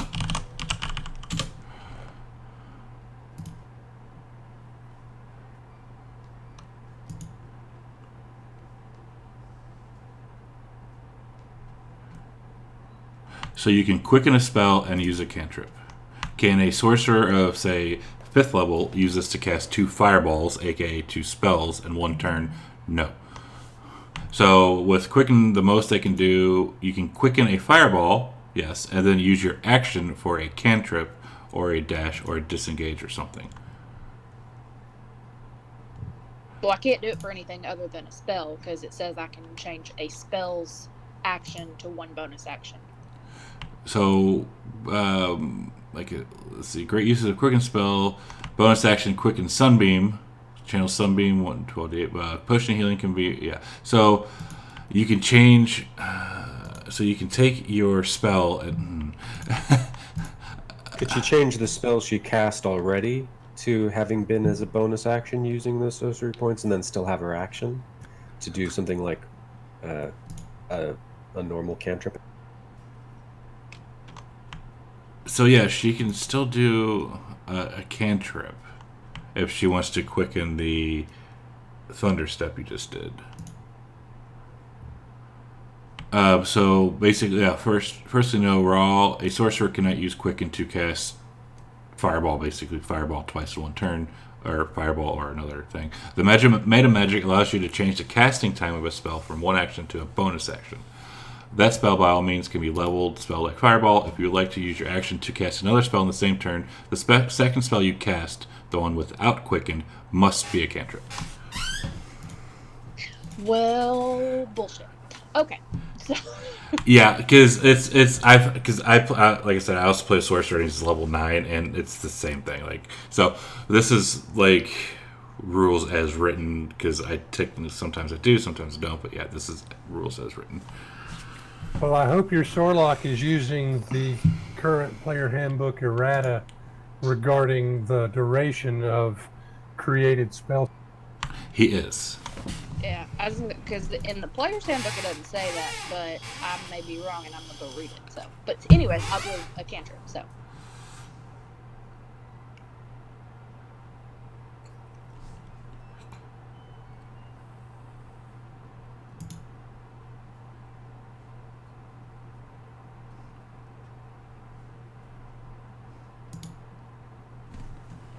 Yeah, even says the only spell you can cast is a cantrip once you quicken another spell. So, however, you still have your action, use it to dash to get in, or get the hell out, or dodge, or something like that. Well, and it allows you to create any regular spell into a bonus action spell.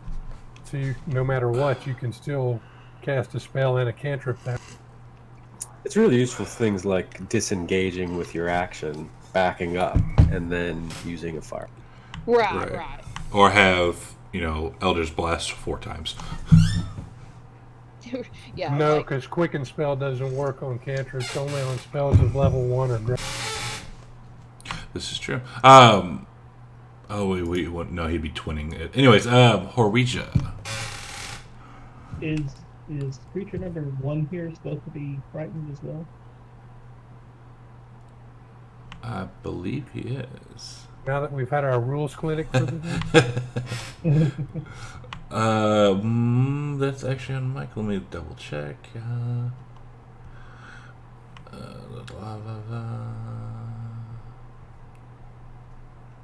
while you're looking. Channel Divinity. Yeah, they're both frightened. Okay. One of them actually, because it got hit, I redid the saving throw on it, Oh. and it succeeded. Oh, So the okay. reason Dragonlith 1's not frightened is because of the damage. Oh, thank you. Okay. Well, I will. Frightened gives it disadvantage on its attacks, right? Basically gives it disadvantage on most things while it can see, While they can see you, right? while it can see Kolvar, the source of the fear. And they're behind you. Or you're behind them now. Well, it specifically says within line of sight, not specifically that they have to be looking at. Yeah, but they're both facing Horweecha. Anyways, that's not here. There, Horweecha. I'm going to move around to the side. I realize big guy number 2 can take an opportunity attack on me. Yes. If he chooses. He will.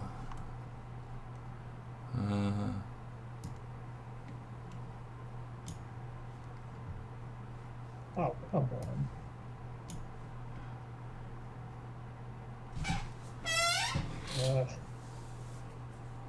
Anywho, ouch. Now that I'm out of its Ooh, range. it was a good morning. Yeah,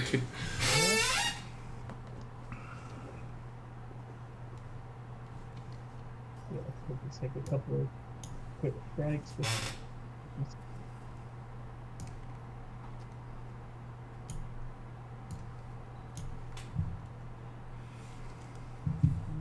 Some good hits.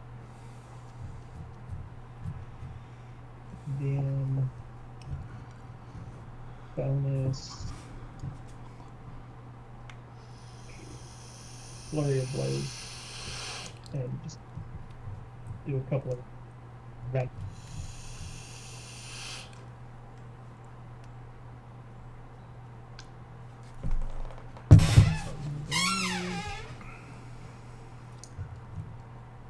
And hey, look at a ton of damage on this guy, and he's just not going down. Oh, he's taking damage. Right? There's still another. He's still gonna have a Spirit Guardian smack him in the ass as well on the start of his. Yep. And it's going to have a Reginald smacking him in the face, hopefully right now. Nothing fancy. Scale sword to the face. Clovis's guidance, most desired. Thanks, Clovis. Appreciate it. Well, at least you gave me one. One more would have probably taken this guy down, Clovis. Thanks a lot, buddy. Okay, so it only takes half damage.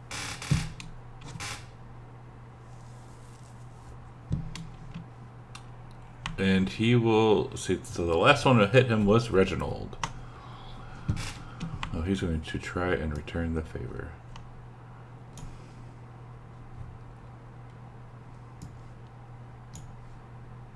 And he just looks at his claws like, "Come on, man, work." Reginald does the little flick off of a bit of lint motion on his mithril half plate. Oh, can you? Yeah, there we go. Bronze is going to take a swing at Dregla with his Hook of Warding.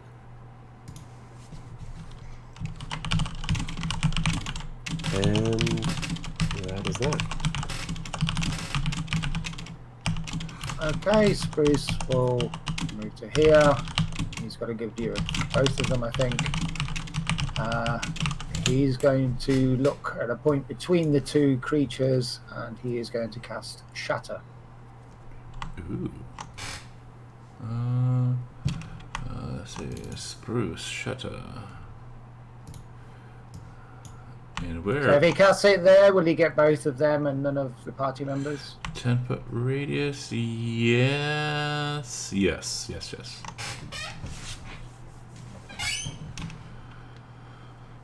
It's just going to be very loud for them. Hopefully, they haven't been doing any drinking.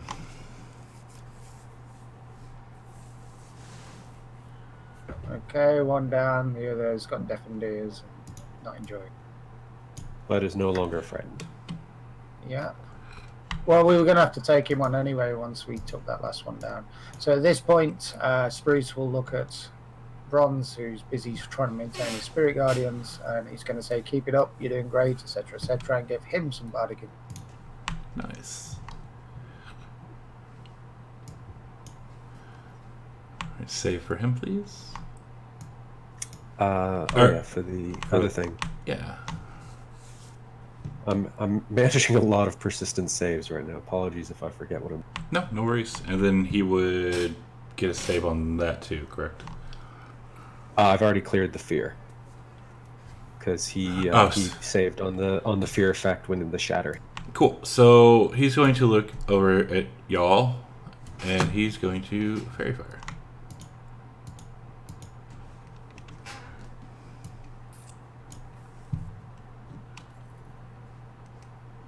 And Colbar is the only one who failed. And then with his movement, he's going to come rushing up. And 20 right there. What did we fail on? I was just wondering that. What was that spell? Fairy Fire. Ah, okay. He Okay. ran down there. What the heck? He's got 3 perfectly good enemies right here. Because Spruce is the last one who attacked him. And he just wants to beat the others down hardcore. So I do Okay, believe. Before, let me double check. As he was The easier targets. I think he was right. He was right next to Hook. Yeah. So he would have been. I think. He was. He'd be getting some oppos, would he not? Yeah, that's what I'm saying. Like, where? I think he was right there. here. I think he was right. Was he right there? Yeah, he was right there. So yeah, so Hook, you would get a hit on him. Yeah, let me just. That's the way to do an oppo right there. Great. Oh, so then I get to make another attack with this. Oh, that's fantastic.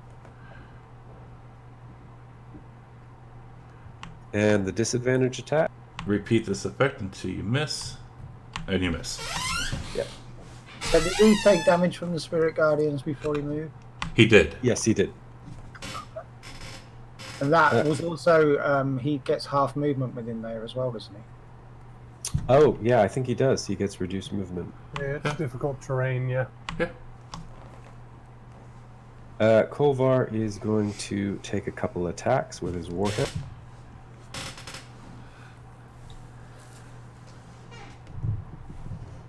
First one misses, second one also misses. Fantastic. He is then going to circle around to make it more difficult. Actually, no, he's going to circle around this way.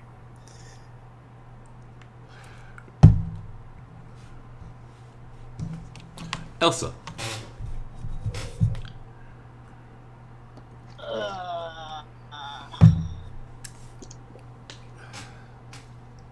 Well, where'd the other motherfucker go?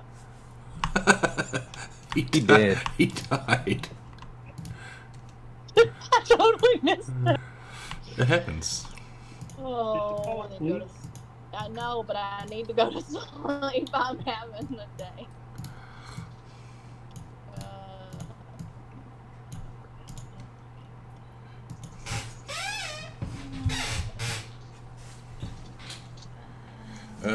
Me.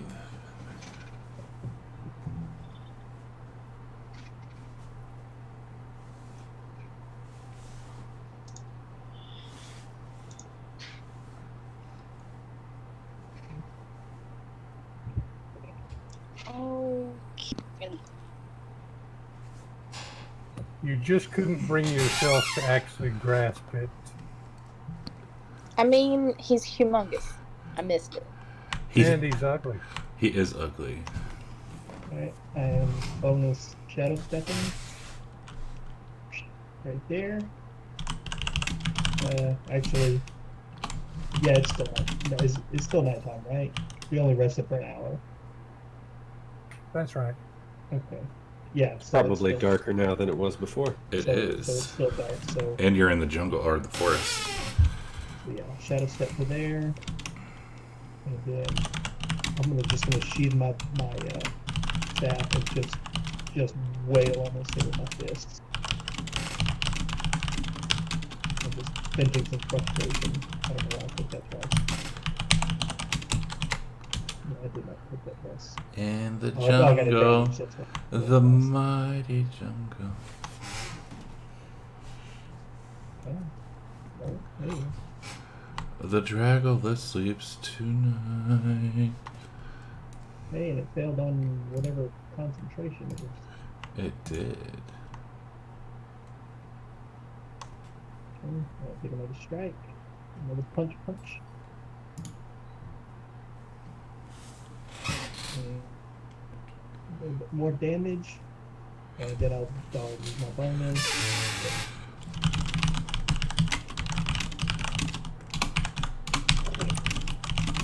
Alright, I think Reginald can just get there. 5, 10, 15, 20, 25, 30. To wail on this guy. See, this is a CR7. Like my buddy Wedge, I got a few frustrations to work out. So first things first, bonus action, apply Hex. That's right. And then invoke the name of Clovis. And what? I was hearing the little sound effect for Hex. That's why I was laughing. Yeah. Yeah, I really wish I could hit it.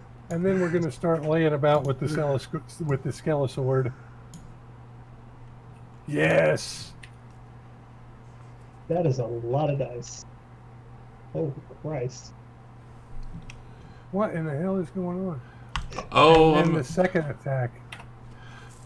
Sorry, normally I don't point Missed. that out, but that was a fucking lot of dice. I was just generating the loot for that you're going to get off this guy. That's all. Okay. Sorry. Oh, good. Normally I don't like to point those out, but it just kind of threw me off. Unfortunately, I missed the second attack. Bronze is going to move up to there, so a Spirit Guardian is intersecting with the creature. And then, let's see, does he have any good cantrips for smacking people?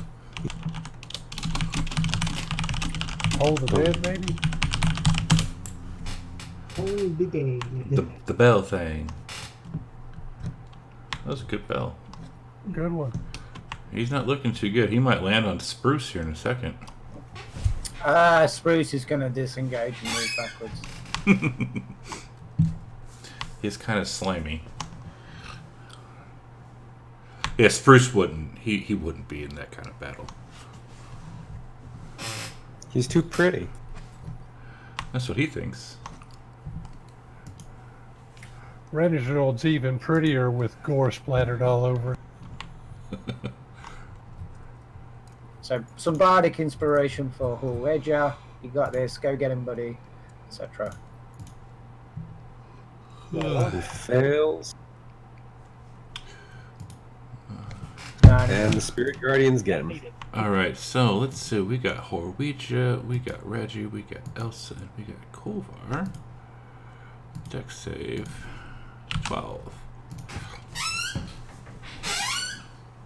Oh god.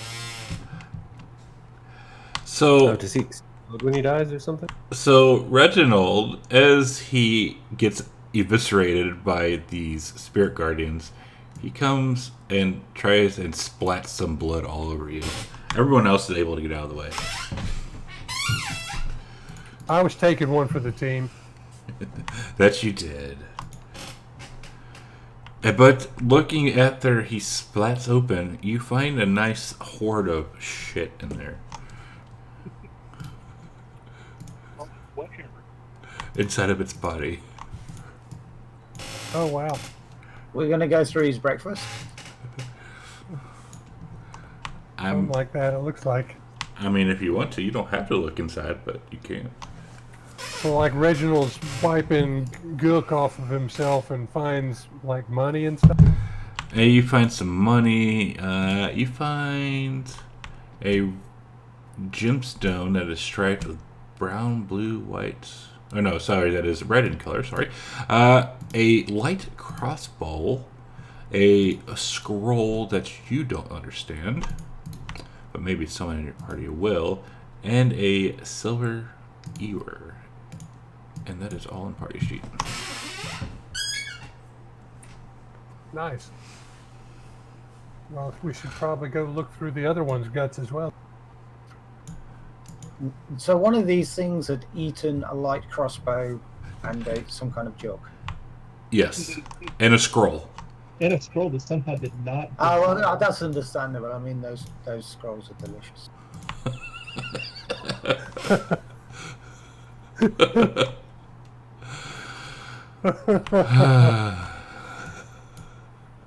Oh, you're a gem, Danny. Yeah, just a little bit.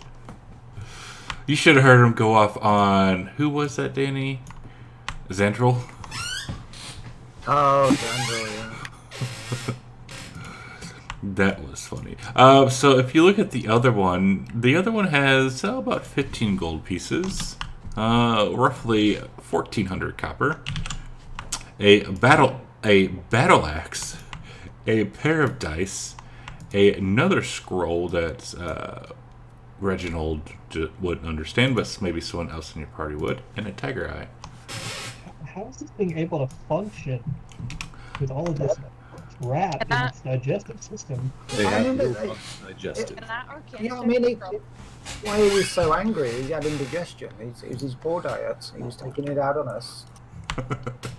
I would very much like to take a look at that battle axe. Can I or can I check the scrolls?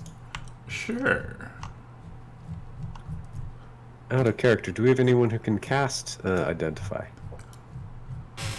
Nope. I cannot.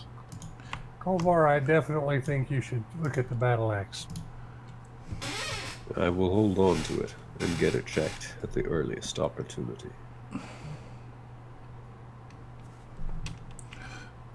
We are Well, looking my for old Elsa. man, Huck Norris, famous Waterdeep adventurer, he always used to say, the best way to identify magic items is to go wading into battle with. So Elsa, looking at these scrolls, they are actually unintelligible to you. Great. Are Wow. they in a different language? They are. Are What they about Hook? the languages that I speak? Hook, what is Hook? Hook's a cleric, right? Yeah. So Hook, you know that, let me see. You know that both of these, you know what both of these are. One of them is a scroll of command. The other is a scroll of sanctuary. He will snag them both. Yeah, well. And let's see. Oh shit, it's already 7. So let's I'm gonna throw up a ready check. We'll take a quick break. Once you get back, 5 minutes or so, just hit ready. Ooh, this is new. It is. Yeah. So, yeah, Is this Diablo Bob as well? No, it's just a regular extension. It's not part of Roll for Initiative. It's one of the ones that's been around on the forums for a while. Yeah, I started using it this week. It's the first time I've been on the other end of it. Giggity. I need to compile a list of like really good ease of use and basically ease of use extensions for Quality of life, yeah. By the way, I- Chad, for Fridays, don't forget the Elvish accuracy. Elven accuracy. Yes. for Fridays. Yeah. This is just a chat, right? This isn't supposed to make sense to any of us. Well, my character in Chad's game on Fridays has Elven accuracy. Okay, yeah. Okay, that makes sense. I thought you were saying that on something to do on Friday, I had to pay attention to elven accuracy, but yeah. No, there's an extension. Elven accuracy, what it does is if you're an elf or a half elf and you roll certain kinds of checks with advantage, you actually get to roll 3 dice instead of just 2. Yep, And I there's know an it. extension that will do. Oh, I want someone to make an extension for Chaos Bolt, because that thing's... There's just no way to gracefully code. Great spell, but... Alright, but I will be right back.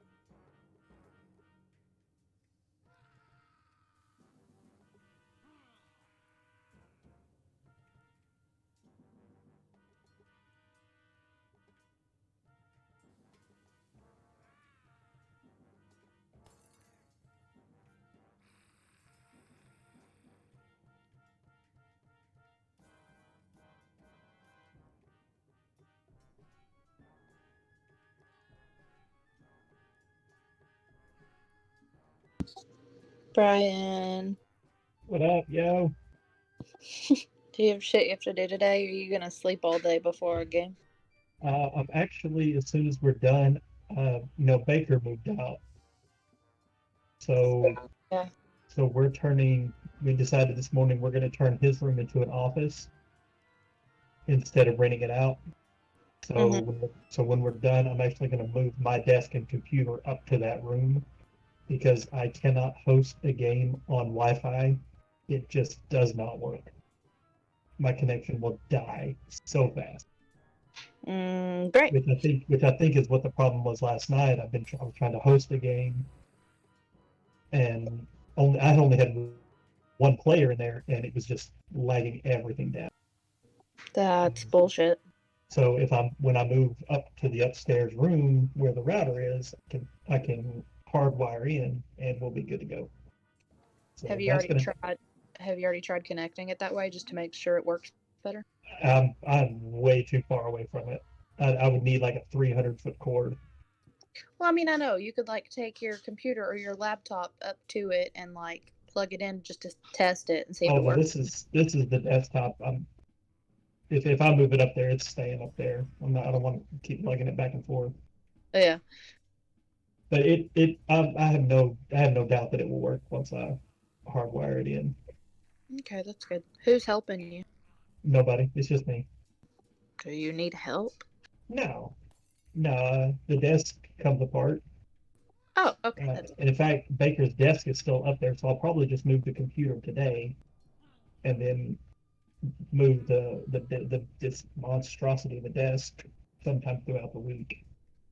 Gotcha. That's what I was to say. You're about to move a desk upstairs by yourself? No, it's real like particle board wood. Yeah. So it's like one of those you buy in a box in a. Oh yeah. So it's not. All right. Yeah, just a couple of screws in it and it'll come apart. It's a corner desk, so it's a L shape, but the legs come off and the hutch on the back comes off. Pretty easily. Oh. Chad, you there? Yes, sir. Is that a particularly nice looking light crossbow? The crossbow. It's just a simple, regular, normal crossbow. Oh, I was going to say, if it looks like a nice one, Danny should. Or, from what I could tell when I opened it up, it was just a standard crossbow. It usually has something descriptive in it. If it's something else, it says finely crafted or something like that. Yeah, it's not good enough for Spruce. It's basically the same as the one he's got. Yeah, Spruce has got no magical items whatsoever other than his lantern of revealing. Oh, speaking of, I just want to do a quick Arcana check, or did I, just to make sure nothing else is magical, like the gems or shit we found? Nothing else was magical. They're just regular old junk. Or you can sell them, but... Okay, cool, just checking. Yeah. So now that you are out of combat, you do see these fresh tracks of the horse are nearly impossible to miss, and it is obvious the horse is running. As you continue your walk along, you hear a whispering voice coming from somewhere along the tree line. Psst, you there, are you a friend or foe? Well, it's my policy that if anybody whispers to me from bushes, I go into the bushes to see it. Really? That is a terrible policy. Well, that's my policy. I'm going to make it Spruce's as well now we're here. Out steps an ancient fucking dragon or something. Oh, Danny. Danny needs to get inspiration. I will watch from about 20 feet back. But you're not sure which bush it's coming from. There's a bunch of bushes here. That's true. Well, Reginald thinks that Spruce's policy is fantastic and will be assisting him in any way possible. Okay. Spruce. Advantage, perception, 13. Okay. So, Spruce, you realize that the voice is coming from over yonder. Over yonder. And as you're coming close, he says, "Are you a friend or foe?" Oh, what's in it for me? It depends.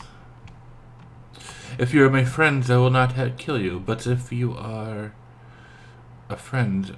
no, he says, if you are a friend, I will not have to kill you. But if you are an enemy, I will have no choice but to strike you down.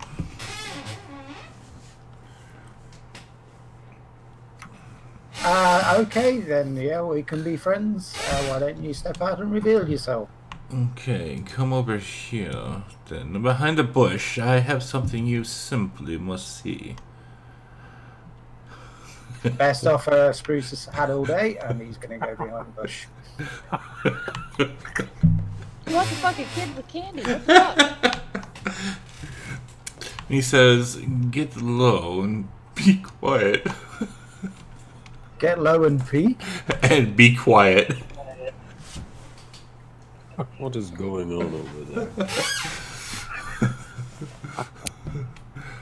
And this man crawls through the forest while urging you to follow.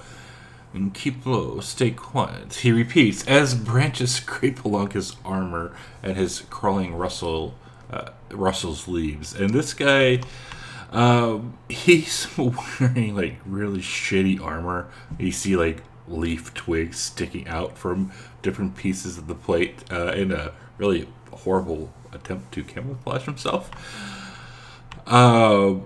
And he leads you to the edge of a ridge. Still laying on his belly, he stretches his arm to point ahead. There, he whispers, "I've been watching them and planning my attack." And we will move over to a different map. And for all intents and purposes, you guys are kind of in the forest. Yeah, y'all are still in the forest here, but let's do this. I'm envisioning like Reginald and Spruce kind of walking along behind while this guy crawls on his belly. Pretty much. That's what I think as well. So he leads you to the edge of a ridge, still laying on his belly. He stretches his arm to point ahead and says, "There. I've been watching them and planning my attack. You see there, that's the main gate. They have an ogre to open it. Each of the towers has one or two goblins, and there's a patrol inside and outside the fort. It looks pretty tricky to enter, that's quite certain. Yet I've seen a couple of goblins sneak out from the west wall. Even though I don't see a gate, there may be a way in there." Why do you want to attack them? Because they are enemies. They are nasty little goblinses. Inside check. Go ahead.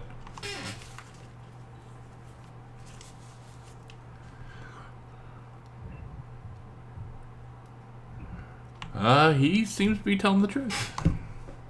Okay. I mean, he did whisper to us from a bush. I don't know how much more trustworthy you can get. Right? Says the killer in the van with the candy.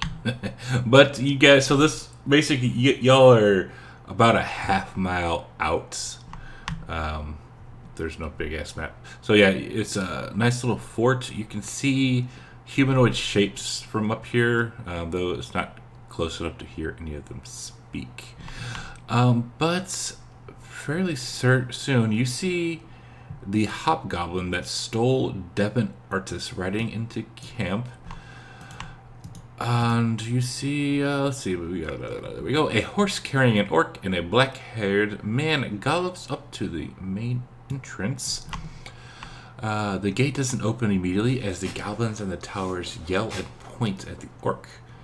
An ogre lumbers out from a small building, walks up to the gates, opens it for the rider, who then trots slowly into the center of the fort.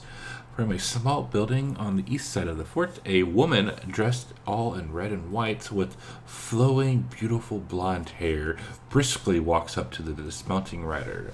The woman points at the orc, then at the man still sitting on the back of the horse as she yells. Though her voice is distant, you can tell she is unhappy with the orc. She continues to point at the rider, and suddenly a booming voice erupts from her, and the orc is pushed back. She yells again, and the orc falls to its knees, covering its ears. The woman then charges the kneeling orc, jumps into the air, does a front flip to land 2 kicks and a punch to the orc's head. The dazed orc sways a few times, then falls to the ground and doesn't move. The woman yanks the man from the horse and instructs 2 goblins to lead him away. She then leaps onto the horse and rides out of the gates. As she rides, you see that she is wearing a red mask on the right side of her face.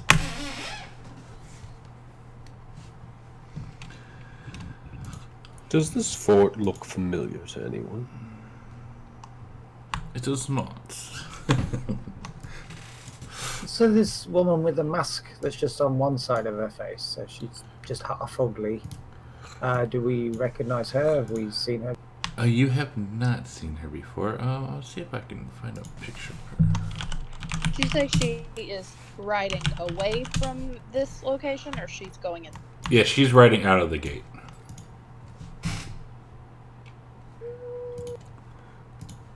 Oh, we do have a picture of her. Ambush, maybe? That's what she looks like. No, you guys are still half a mile up. There's no way in hell you'd be able to get to her. Well, shit. But that's what she looks like. Well, she's confused. She's already holding her rapier, and then she's trying to draw her loot or whatever. Mandolin. Oh, I have to talk to the person who did this and be like, what the heck, man? If only I knew who did this. That person didn't create the art. And also, you can see from the other side of the ridge, your good buddy Gildas.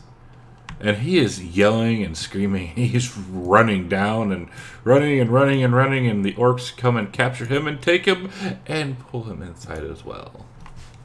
The woman that was rode off, did she still have somebody on the horse with her? No, it was just her. Are we hidden or something? Or are they just So watching? So you guys are, you guys are half a mile away. This map is not big enough.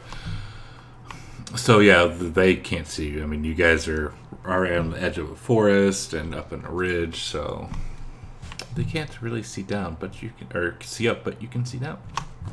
So we're not like at a location where we're on the same level and could follow her or something? Correct. Like y'all are like right over here, half a mile up, and then she's going that way.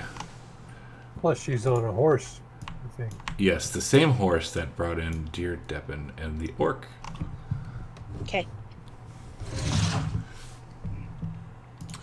But a few minutes later, you begin to hear a couple noises coming from behind you.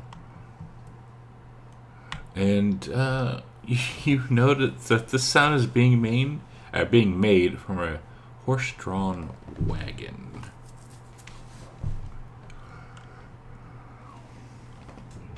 A minute or so later, an old horse pulling a wagon comes to view. The wagon is driven by an old, white-haired dwarf who, pretty surprised to see y'all, isn't too concerned. He is a rather peaceful fellow.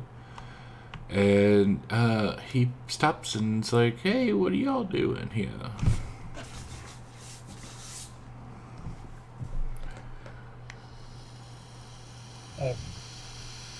It was my understanding that we had the use of the secret spy position for the day. Oh, the secret spy position. I don't know anything about spy position. As you can tell, we are performers, and we have been scheduled to come and perform for these goblins. Oh, really? Yeah. Goblins like performances. Yeah, but, you know, money's money. Do you need some help? He looks at you and says, "You are able to perform." You. Have you considered that the goblins are lying to you and intend on slaughtering and consuming your flesh? Oh, they would not do that. They've hired us before. As you can tell, we are a famous troupe. Yeah, So you have Spruce is routinely professional. worked with evil beings. Evil, good. It's not me to judge. Money is money, friend. The Spruce's professional curiosity is peaked here, and he is already unlimbering his loot. And Reginald says, "Do you not see that you are in the presence of a bard of legendary stature? This is none other than Spruce Springstream." Spruce Springstream? Never heard of such a thing. Oh, I doubt that very much. They failed their history check. Are you going to perform for us there, Sprucey? Thank you for. Then takes down his loot and plays a few bars. Before he actually starts playing, I say, I believe we are trying to maintain a hidden position. Would it be wise to suddenly make a loud noise? This is way more important than anything like that. Now, Spruce. My professional reputation is at stake here. Thank you for the follow game on Steve and Arstening. Drum and Should be a soft bar play triple. beat. Spruce's loot playing. You cut out there a bunch, actually. Wedge's brother will pull out a small drum and play a soft beat along with Spruce's loot playing. Ah, very well. Spruce and Reginald, are you guys going to sing at all, or just play? How do I give this At the advantage? moment, I'll give it to playing him. the loot, So and, his next ability check picking the moves, or, etc., trying to impress these guys for attack no reason will other be than with his advantage. own vanity. I'm just doing backup. I'm gonna cantrip some dancing lights, like to go with the music. Just for the Gonna be a okay. raid, yo. So as this is happening, a couple of people pop out from the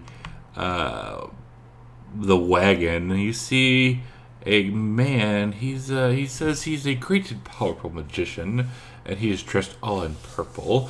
A woman, she's saying that she's an all-knowing psychic. A beefy-looking fellow. He's like, I can bend metal with my bare hands. And another lady named Jespa, she will actually jump down and start singing along with Spruce. Even though Reginald's lute playing isn't the best, Spruce's playing is amazing. Well, like I said, I'm just giving him some backup. And after you guys have finished, the Jespa lady, she says, "What are you doing here? You must join us with this performance tonight. Look, we have costumes. We can bring you in. You can play with us." And then, while this is going on, Bartimer's kind of like standing there with his arms folded, like tapping his foot. And he's like, they've kidnapped Demis. It's much too dangerous a task for myself alone. You must come in. And he's Spruce is already going with the performance. He's found his people. He's off. and as Bartimer is bitching, the joviality of the other members kind of stops, and the head of the driver, the old white hair guy, he's like, "Wait a minute, they've kidnapped people. We were just hired to come in and play for them. We're no fighters, man. We're just here to perform."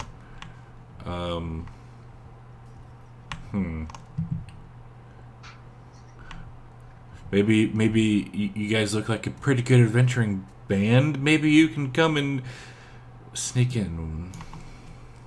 We can try and sneak you in. It does seem to be the most effective way to actually get in. I'm gonna turn to Kolvar and just tell him, look, let's be honest, this is a huge fort. There's tons of people in there. There's no way in hell. Yeah, I love his name. And he's a bard, so I love it. Sneak in without help. It is one thing to seek help. It is another to deceive and play the part of degenerates. You don't understand. There may be an audience. Kolvar just looks at you like, you're right, I don't understand how that is at all relevant to anything whatsoever. Very confused. Well, if you can figure out a way to get us in the door without dying the minute we open it, I'll listen. But I highly doubt that's possible. Can we not burn the thing to the ground? You really think you can set this whole fort on fire without somebody coming out first and kicking your ass?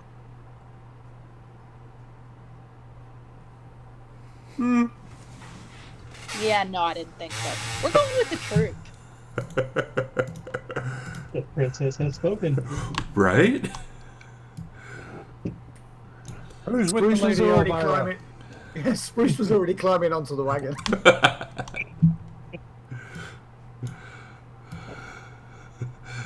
Alright, so Spruce is in the wagon. And Spruce, when you climb into the wagon, the lady who was singing, she says, "Sit next to me, dear." Spruce will happily sit next to her, start still strumming on his lute, and looking around to see if anybody's impressed. And she is very impressed. Damn Will right she is. you be using fireworks during your performance? And Jespa looks over and says, "Fireworks are already going, dear. What are you talking about? But are you talking about actual fireworks?" Perhaps. I shall wait outside the fort and attempt to assault it once you have the goblins entertained. I will do it as quietly as possible. I will not deign to wear a performer's outfit. He says it with absolute derision. You're coming Okay. across very Don Quixote here at the moment. Okay. So yeah, you are. So you don't. All right. So Kolvar is not going in. Is anyone else going to go in or not go in? I'm just gonna look at him like he's a fucking idiot and flap my robes as I turn and walk off, and I'm gonna sit up front with the horse. Okay. What did you say? I just heard robot pirate. She's going to look at Kolvar like he's a fucking idiot as she flaps her robes and goes and climbs into the front seat and sitting next to the horse. That's fair. I mean, Kolvar probably is a fucking idiot, but he's a proud idiot. He's an int 10. He's not a genius. Yeah, mine tends to be more on the proud, but logical side, I guess. All right. So everyone minus Kolvar going in. Clovis thinks this is a great idea. Okay, so before you begin, they will hand you some outfits. Some of you, they're a little snug on, like the hook.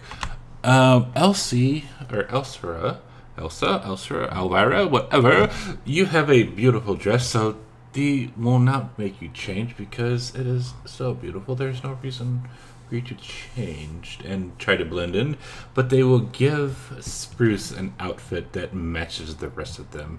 As Jespa says, "Oh, Spruce, do you need help? I can help you to put that on if you need it." Yes, please assist me. Okay. So she delicately helps you. So Spruce realizes what he's been missing all this time. Yeah, Someone he's got to the- help he's got him the- get dressed. Yep, he's just got a big beaming smile on his face. He's finally amongst his people. Is the guy that was hiding in the bush, is he going to stay outside with the crazy? He is going to stay outside with the crazy one. Do we still have what's his face with us? Married dude? You do not. He took off. He did get captured already. Oh, what an idiot. Alright, so when you get to the forts, you make your way up to the forts, you see a couple goblins stop you. And they look and they say, "Oh, we have been expecting you. The fair maiden must go on. The fair goblin maiden must go on. Come on in, come on in." As the wagon slowly makes its way in. So let me populate some stuff here.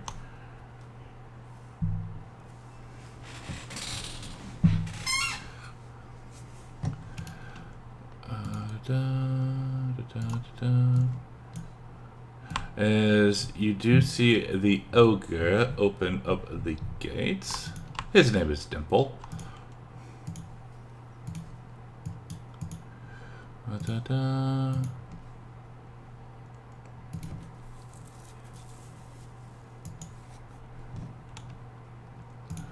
What's that term for like housing projects that like neighborhoods that have like cookie cutter houses? It looks uncannily like the place we first came. Exactly. They have cookie cutter forts. I did say I thought I'd recognize this fort. I yeah. kind of thought that when I saw the wall on the outside. The I was like, outline. that's the same place? What the fuck? Yeah, well, there was no map for the other place, and I wanted to do something. Gotcha. I think just the fort makers of this period were really derivative. There wasn't a lot of creative juices at the time, probably a lot of austerity, lack of funding. Yeah, we'll say that. All right, so the wagon comes in. You guys all pile outside into the performance area, as a bunch of goblins do come out to start watching. They are all kind of lining up. Let me get these here. We got a bunch of these little turds.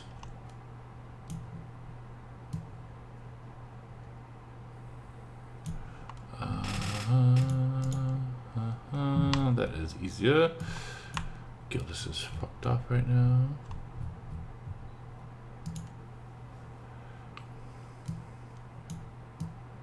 And after how long those bitches at the bridge lasted, you wanted to fight all these motherfuckers?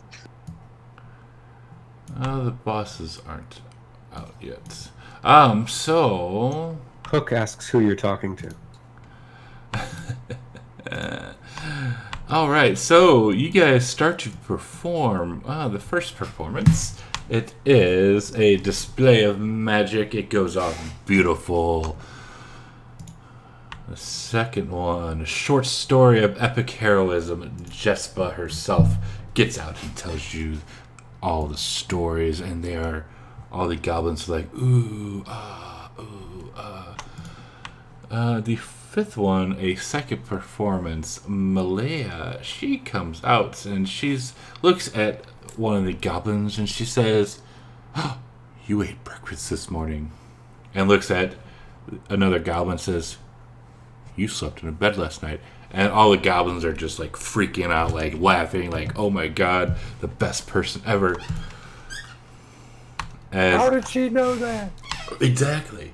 As another, Tanbar the Mighty, he gets up and he starts telling a very, very funny joke. And then it gets to Spruce. And Spruce, what are we doing? Spruce is going to stand up, play a few little bars on his lute, and then tell them he's going to do an original performance of Born Among the Autumn Fae. Do that with advantage, please. I don't need no advantage. Okay, so you start playing. Are we singing as well? Spruce is singing, yep. What are you singing? We're singing Born Among the Autumn Fae. Will you sing this for us? I will not. Wish you luck.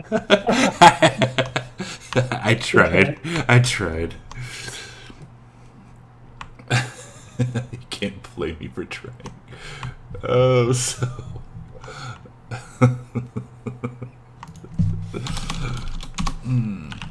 So once you are done with your song, one of these little goblins, they've been drinking a little bit now. He will stumble up on stage. And he's like, "Oh, I'm a performer too. I'm a comedian, and I am the most famous goblin to ever live." And then he will look at you and he says, "What did one Triton say to the other?" Spruce is tempted to Keith Richards this guy straight off the stage, but he will humour him for the moment and say, "I don't know. What did one Triton say to the other?" I don't know. And he starts laughing and is not so funny whatsoever. And He said, "I don't know." yeah. And he says, "What's huge, stinks so bad you want to throw up and lives in a swamp?" Is it that guy Pimple at the gate? Your mom. Oh. Oh wait.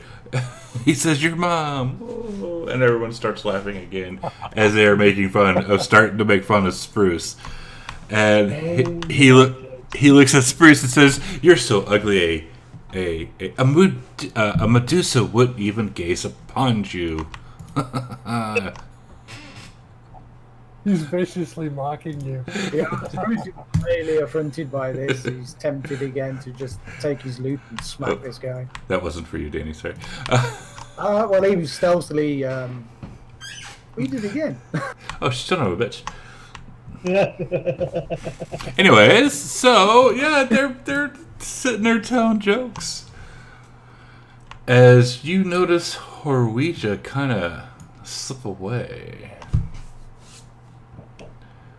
Horweja, where are we going? I think first I'm gonna check up here, kind of sneak around the back of that building, and if there are any openings, cracks in the wood or anything like that, I can peek in just to see if they're inside there. Okay. Somewhere around here. So, looking in there, you do not see anything. You see it's kind of a barracks. There's a couple of goblins sleeping in there, but the rest of them are outside. It does stink a little bit, though. Okay. I'm going to peek through this gate to see if there's anybody back here before I go trouncing through. Looking right there, you see stables. And you do see, actually... where are you, Bubba? Somewhere's around here. And as this is all going on, you still hear the laughter from the goblins and shit like that. But you do see this fella, Devin, sitting in a padlocked open-air metal bar wagon. There's a chain and padlock on the west side of the wagon, securing the door. Are there any guards around that I can see? Not that you can see. Okay. First, I'm going to go back to the group and whisper to Bronze that I see Devin. He appears to be unguarded, but he is caged. Bronze I'm not going to say the doesn't really know what you want him to do about that particularly. And thank you for the follow, Tenacious Stansta. That was really bad. That I found where they're holding in case we want to make any moves. All right. Well, we'll want to do that, but probably not just yet. I think there's more shows that has to Didn't you say there was like 3 shows or something, Chad? Yeah, so we got a couple of those down. Let's finish out some more. We have next up a show of strength. Perfect. So, Goblin, the Gizdo guy, will look at Spruce and says, "I am the strongest ever." As Tanbar the Mighty, he's a beefy-looking fellow. He will try and step up and bend what looks like a metal bar with his bare hands, and all the goblins like, "Whoa!" Yeah, Spruce will step back and let him do it. He's not overly impressed by shows of strength. And Gizdo's like, "I can do it too." And he will try and try and try, but nothing happens. As the goblins in the audience start to laugh and jeer at Gizdo, and Gizdo's like, "Man, I'm just a little goblin. Leave me alone." I was gonna say I'm gonna just kind of whisper over to them whenever he came back to the booth.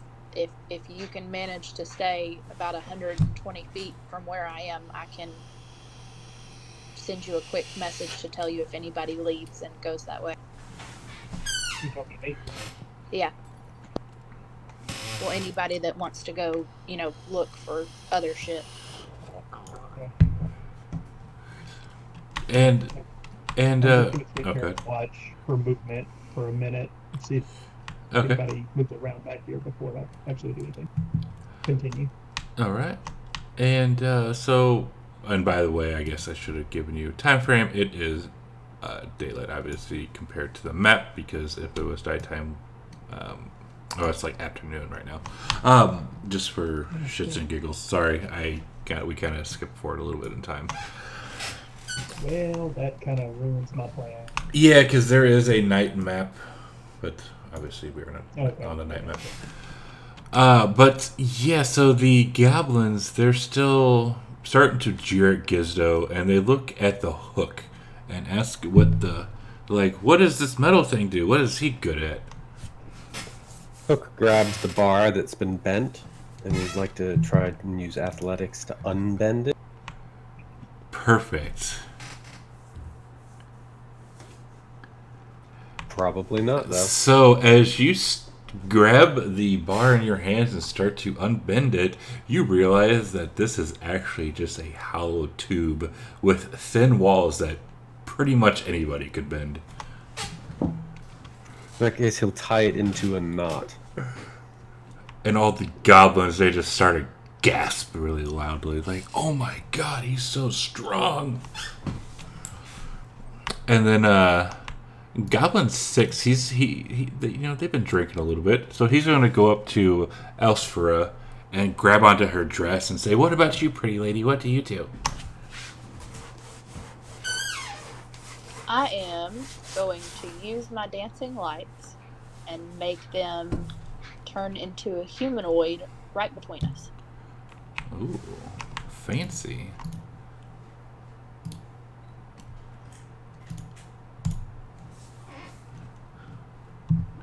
As the humanoid appears, and Goblin 6 just flies back really quick and falls right on his butt. He's like, "That was so cool."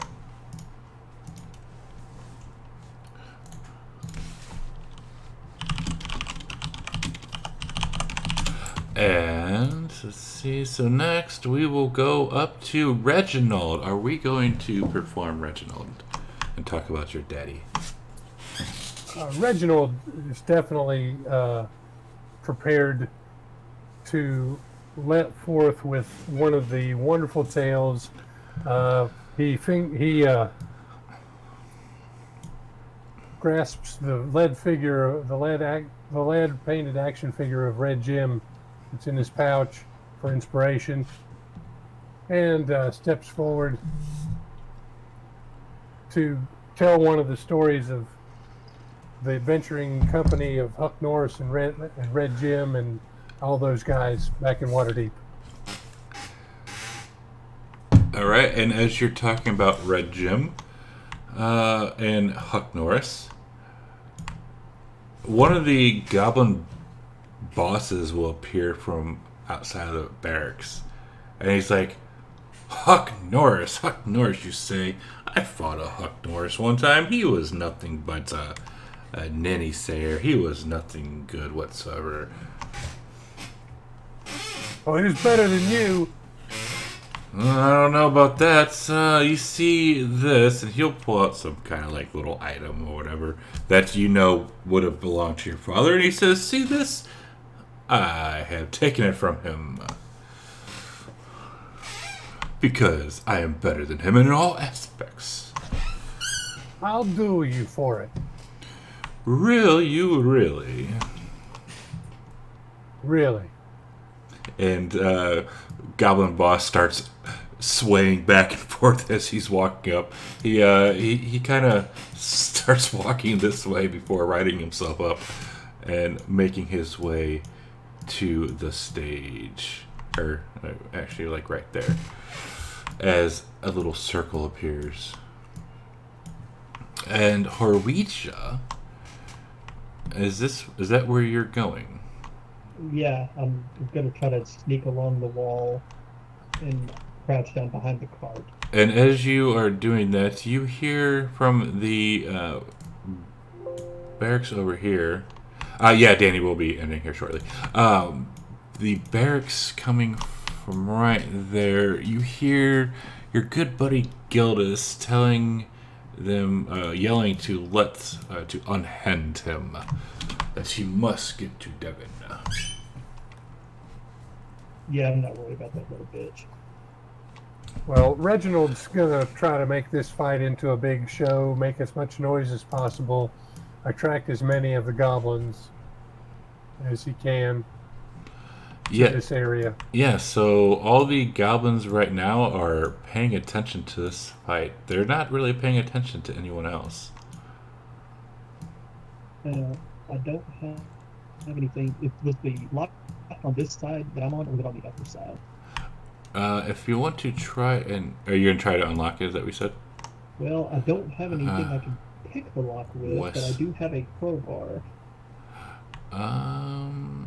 That I grabbed from my brother to try to break the lock. And with all the noise going on from the party and the fighting, it quite possibly could. I'm not very strong, but at least using the crowbar will give you advantage. Yeah, we'll do. See this with where is that? Dexterity, Horweja, hidden. Nice. So you stick that crowbar in, and you start to try and bend it, and you hear as it's getting very loud, and you hear, oh, what was that noise? As coming from the south. As let's see, where's this little booger at? Blah, where are you, motherfucker? Oh, do we have a picture? As this little bugger will step out, looking around, and he'll like turn back into the doorway and say, "You two, go see what that noise was." As a couple other creatures will step out.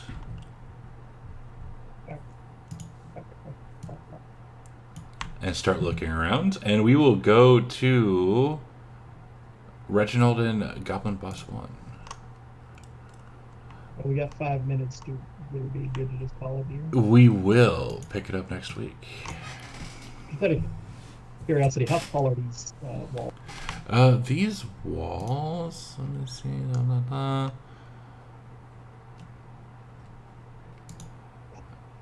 I don't think Sean, do you know offhand if there's height for these things? There should be. Most of these modules, they'll have a little blurb on. I'm assuming like 8 to 10 feet. Yeah. I'm trying to find it. La la la. Climb the fence. It is 15. They are 15 feet tall. 15 feet. That wouldn't be a very good fence if it was short, would it? I was gonna message over to Voyager real quick and see if he can find on the outer wall maybe a opening, a break, or something that's weak area, and then also just ask him if he found anything, and he can whisper a reply. And Go ahead. and that is with message, right? Yeah, I can. It goes through solid objects if I know that they're on the other side of it. Cool. Yeah. So you can't see him, but you know that he was there. He went through that gates. And right now, yeah. So where we are kind of left off, we got Goblin Boss 1 facing off against Reginald in a circle pit, as Horwesia is trying to break into this wagon as a couple of creatures are coming to search. And we will pick it up next week. Fun fact: Alright. if this does go pear-shaped, it would be you're going to be in a lot worse position than if we had just drawn them out of the fort and killed them on the outside. Yeah. Yeah. Pretty much. All right. Good I think- talking, everybody. I will see you all next week. I've got to jump straight into another game. All right, Danny. We will see you later. Thank you. See you, Danny, and thanks for the encouraging words, Michael. No worries. Kovar would not have been of any help inside, so I think he did the right thing. In there. That was pretty fun. Yeah, I like That that was Good an session. eventful session. I like. was a lot of notes. I've been documenting all of our sessions Huh? from Wedge's perspective. Have you? Yeah, and this is by far the longest one I've written. Nice. I like to do that. I want to recap what happened. Makes sense. But yeah, we'll be back here next Sunday morning. And then we get a nice little break here for about an hour until we play some... what the fuck am I playing next? Prince of the Apocalypse. Till we go up against some kind of wyvern rider guy. Yeah, I wasn't there last week, so that'll be interesting. What you playing? I'm not tired anymore. I want to be a guest player. We're playing Princess of the Apocalypse. I don't know what that is. Cindy, that's the one that you were playing with the other group. Oh, The elemental evil. Where Wait, they what? found you in the monastery. oh yeah. The one that I was playing with y'all that I got everybody killed in. No. But yeah, thank you, That stream. was the same one. That was I'll be the back same here one. That was about long. 45 minutes, 50 minutes. When did Cut it back on for This- Prince this of the is- Apocalypse. The one that you joined in. And where they thank found you for in the follows. witch's lair Game on Steve, I'll give you your in the points back monastery. since Oh, he I mean, didn't you may have actually played 1 or 2 use the cents back advantage. We remember the legend. But there. we'll be back I here thought with you this played game one, 'cause after we next left Sunday, there, we went 5 to a.m. investigate, Central. and then we went into a cave, and I went And into the wrong tune cave. in an hour Everybody- 2 different games. I for really Prince of the don't remember Apocalypse. switching games. Until then, thank done. you for watching.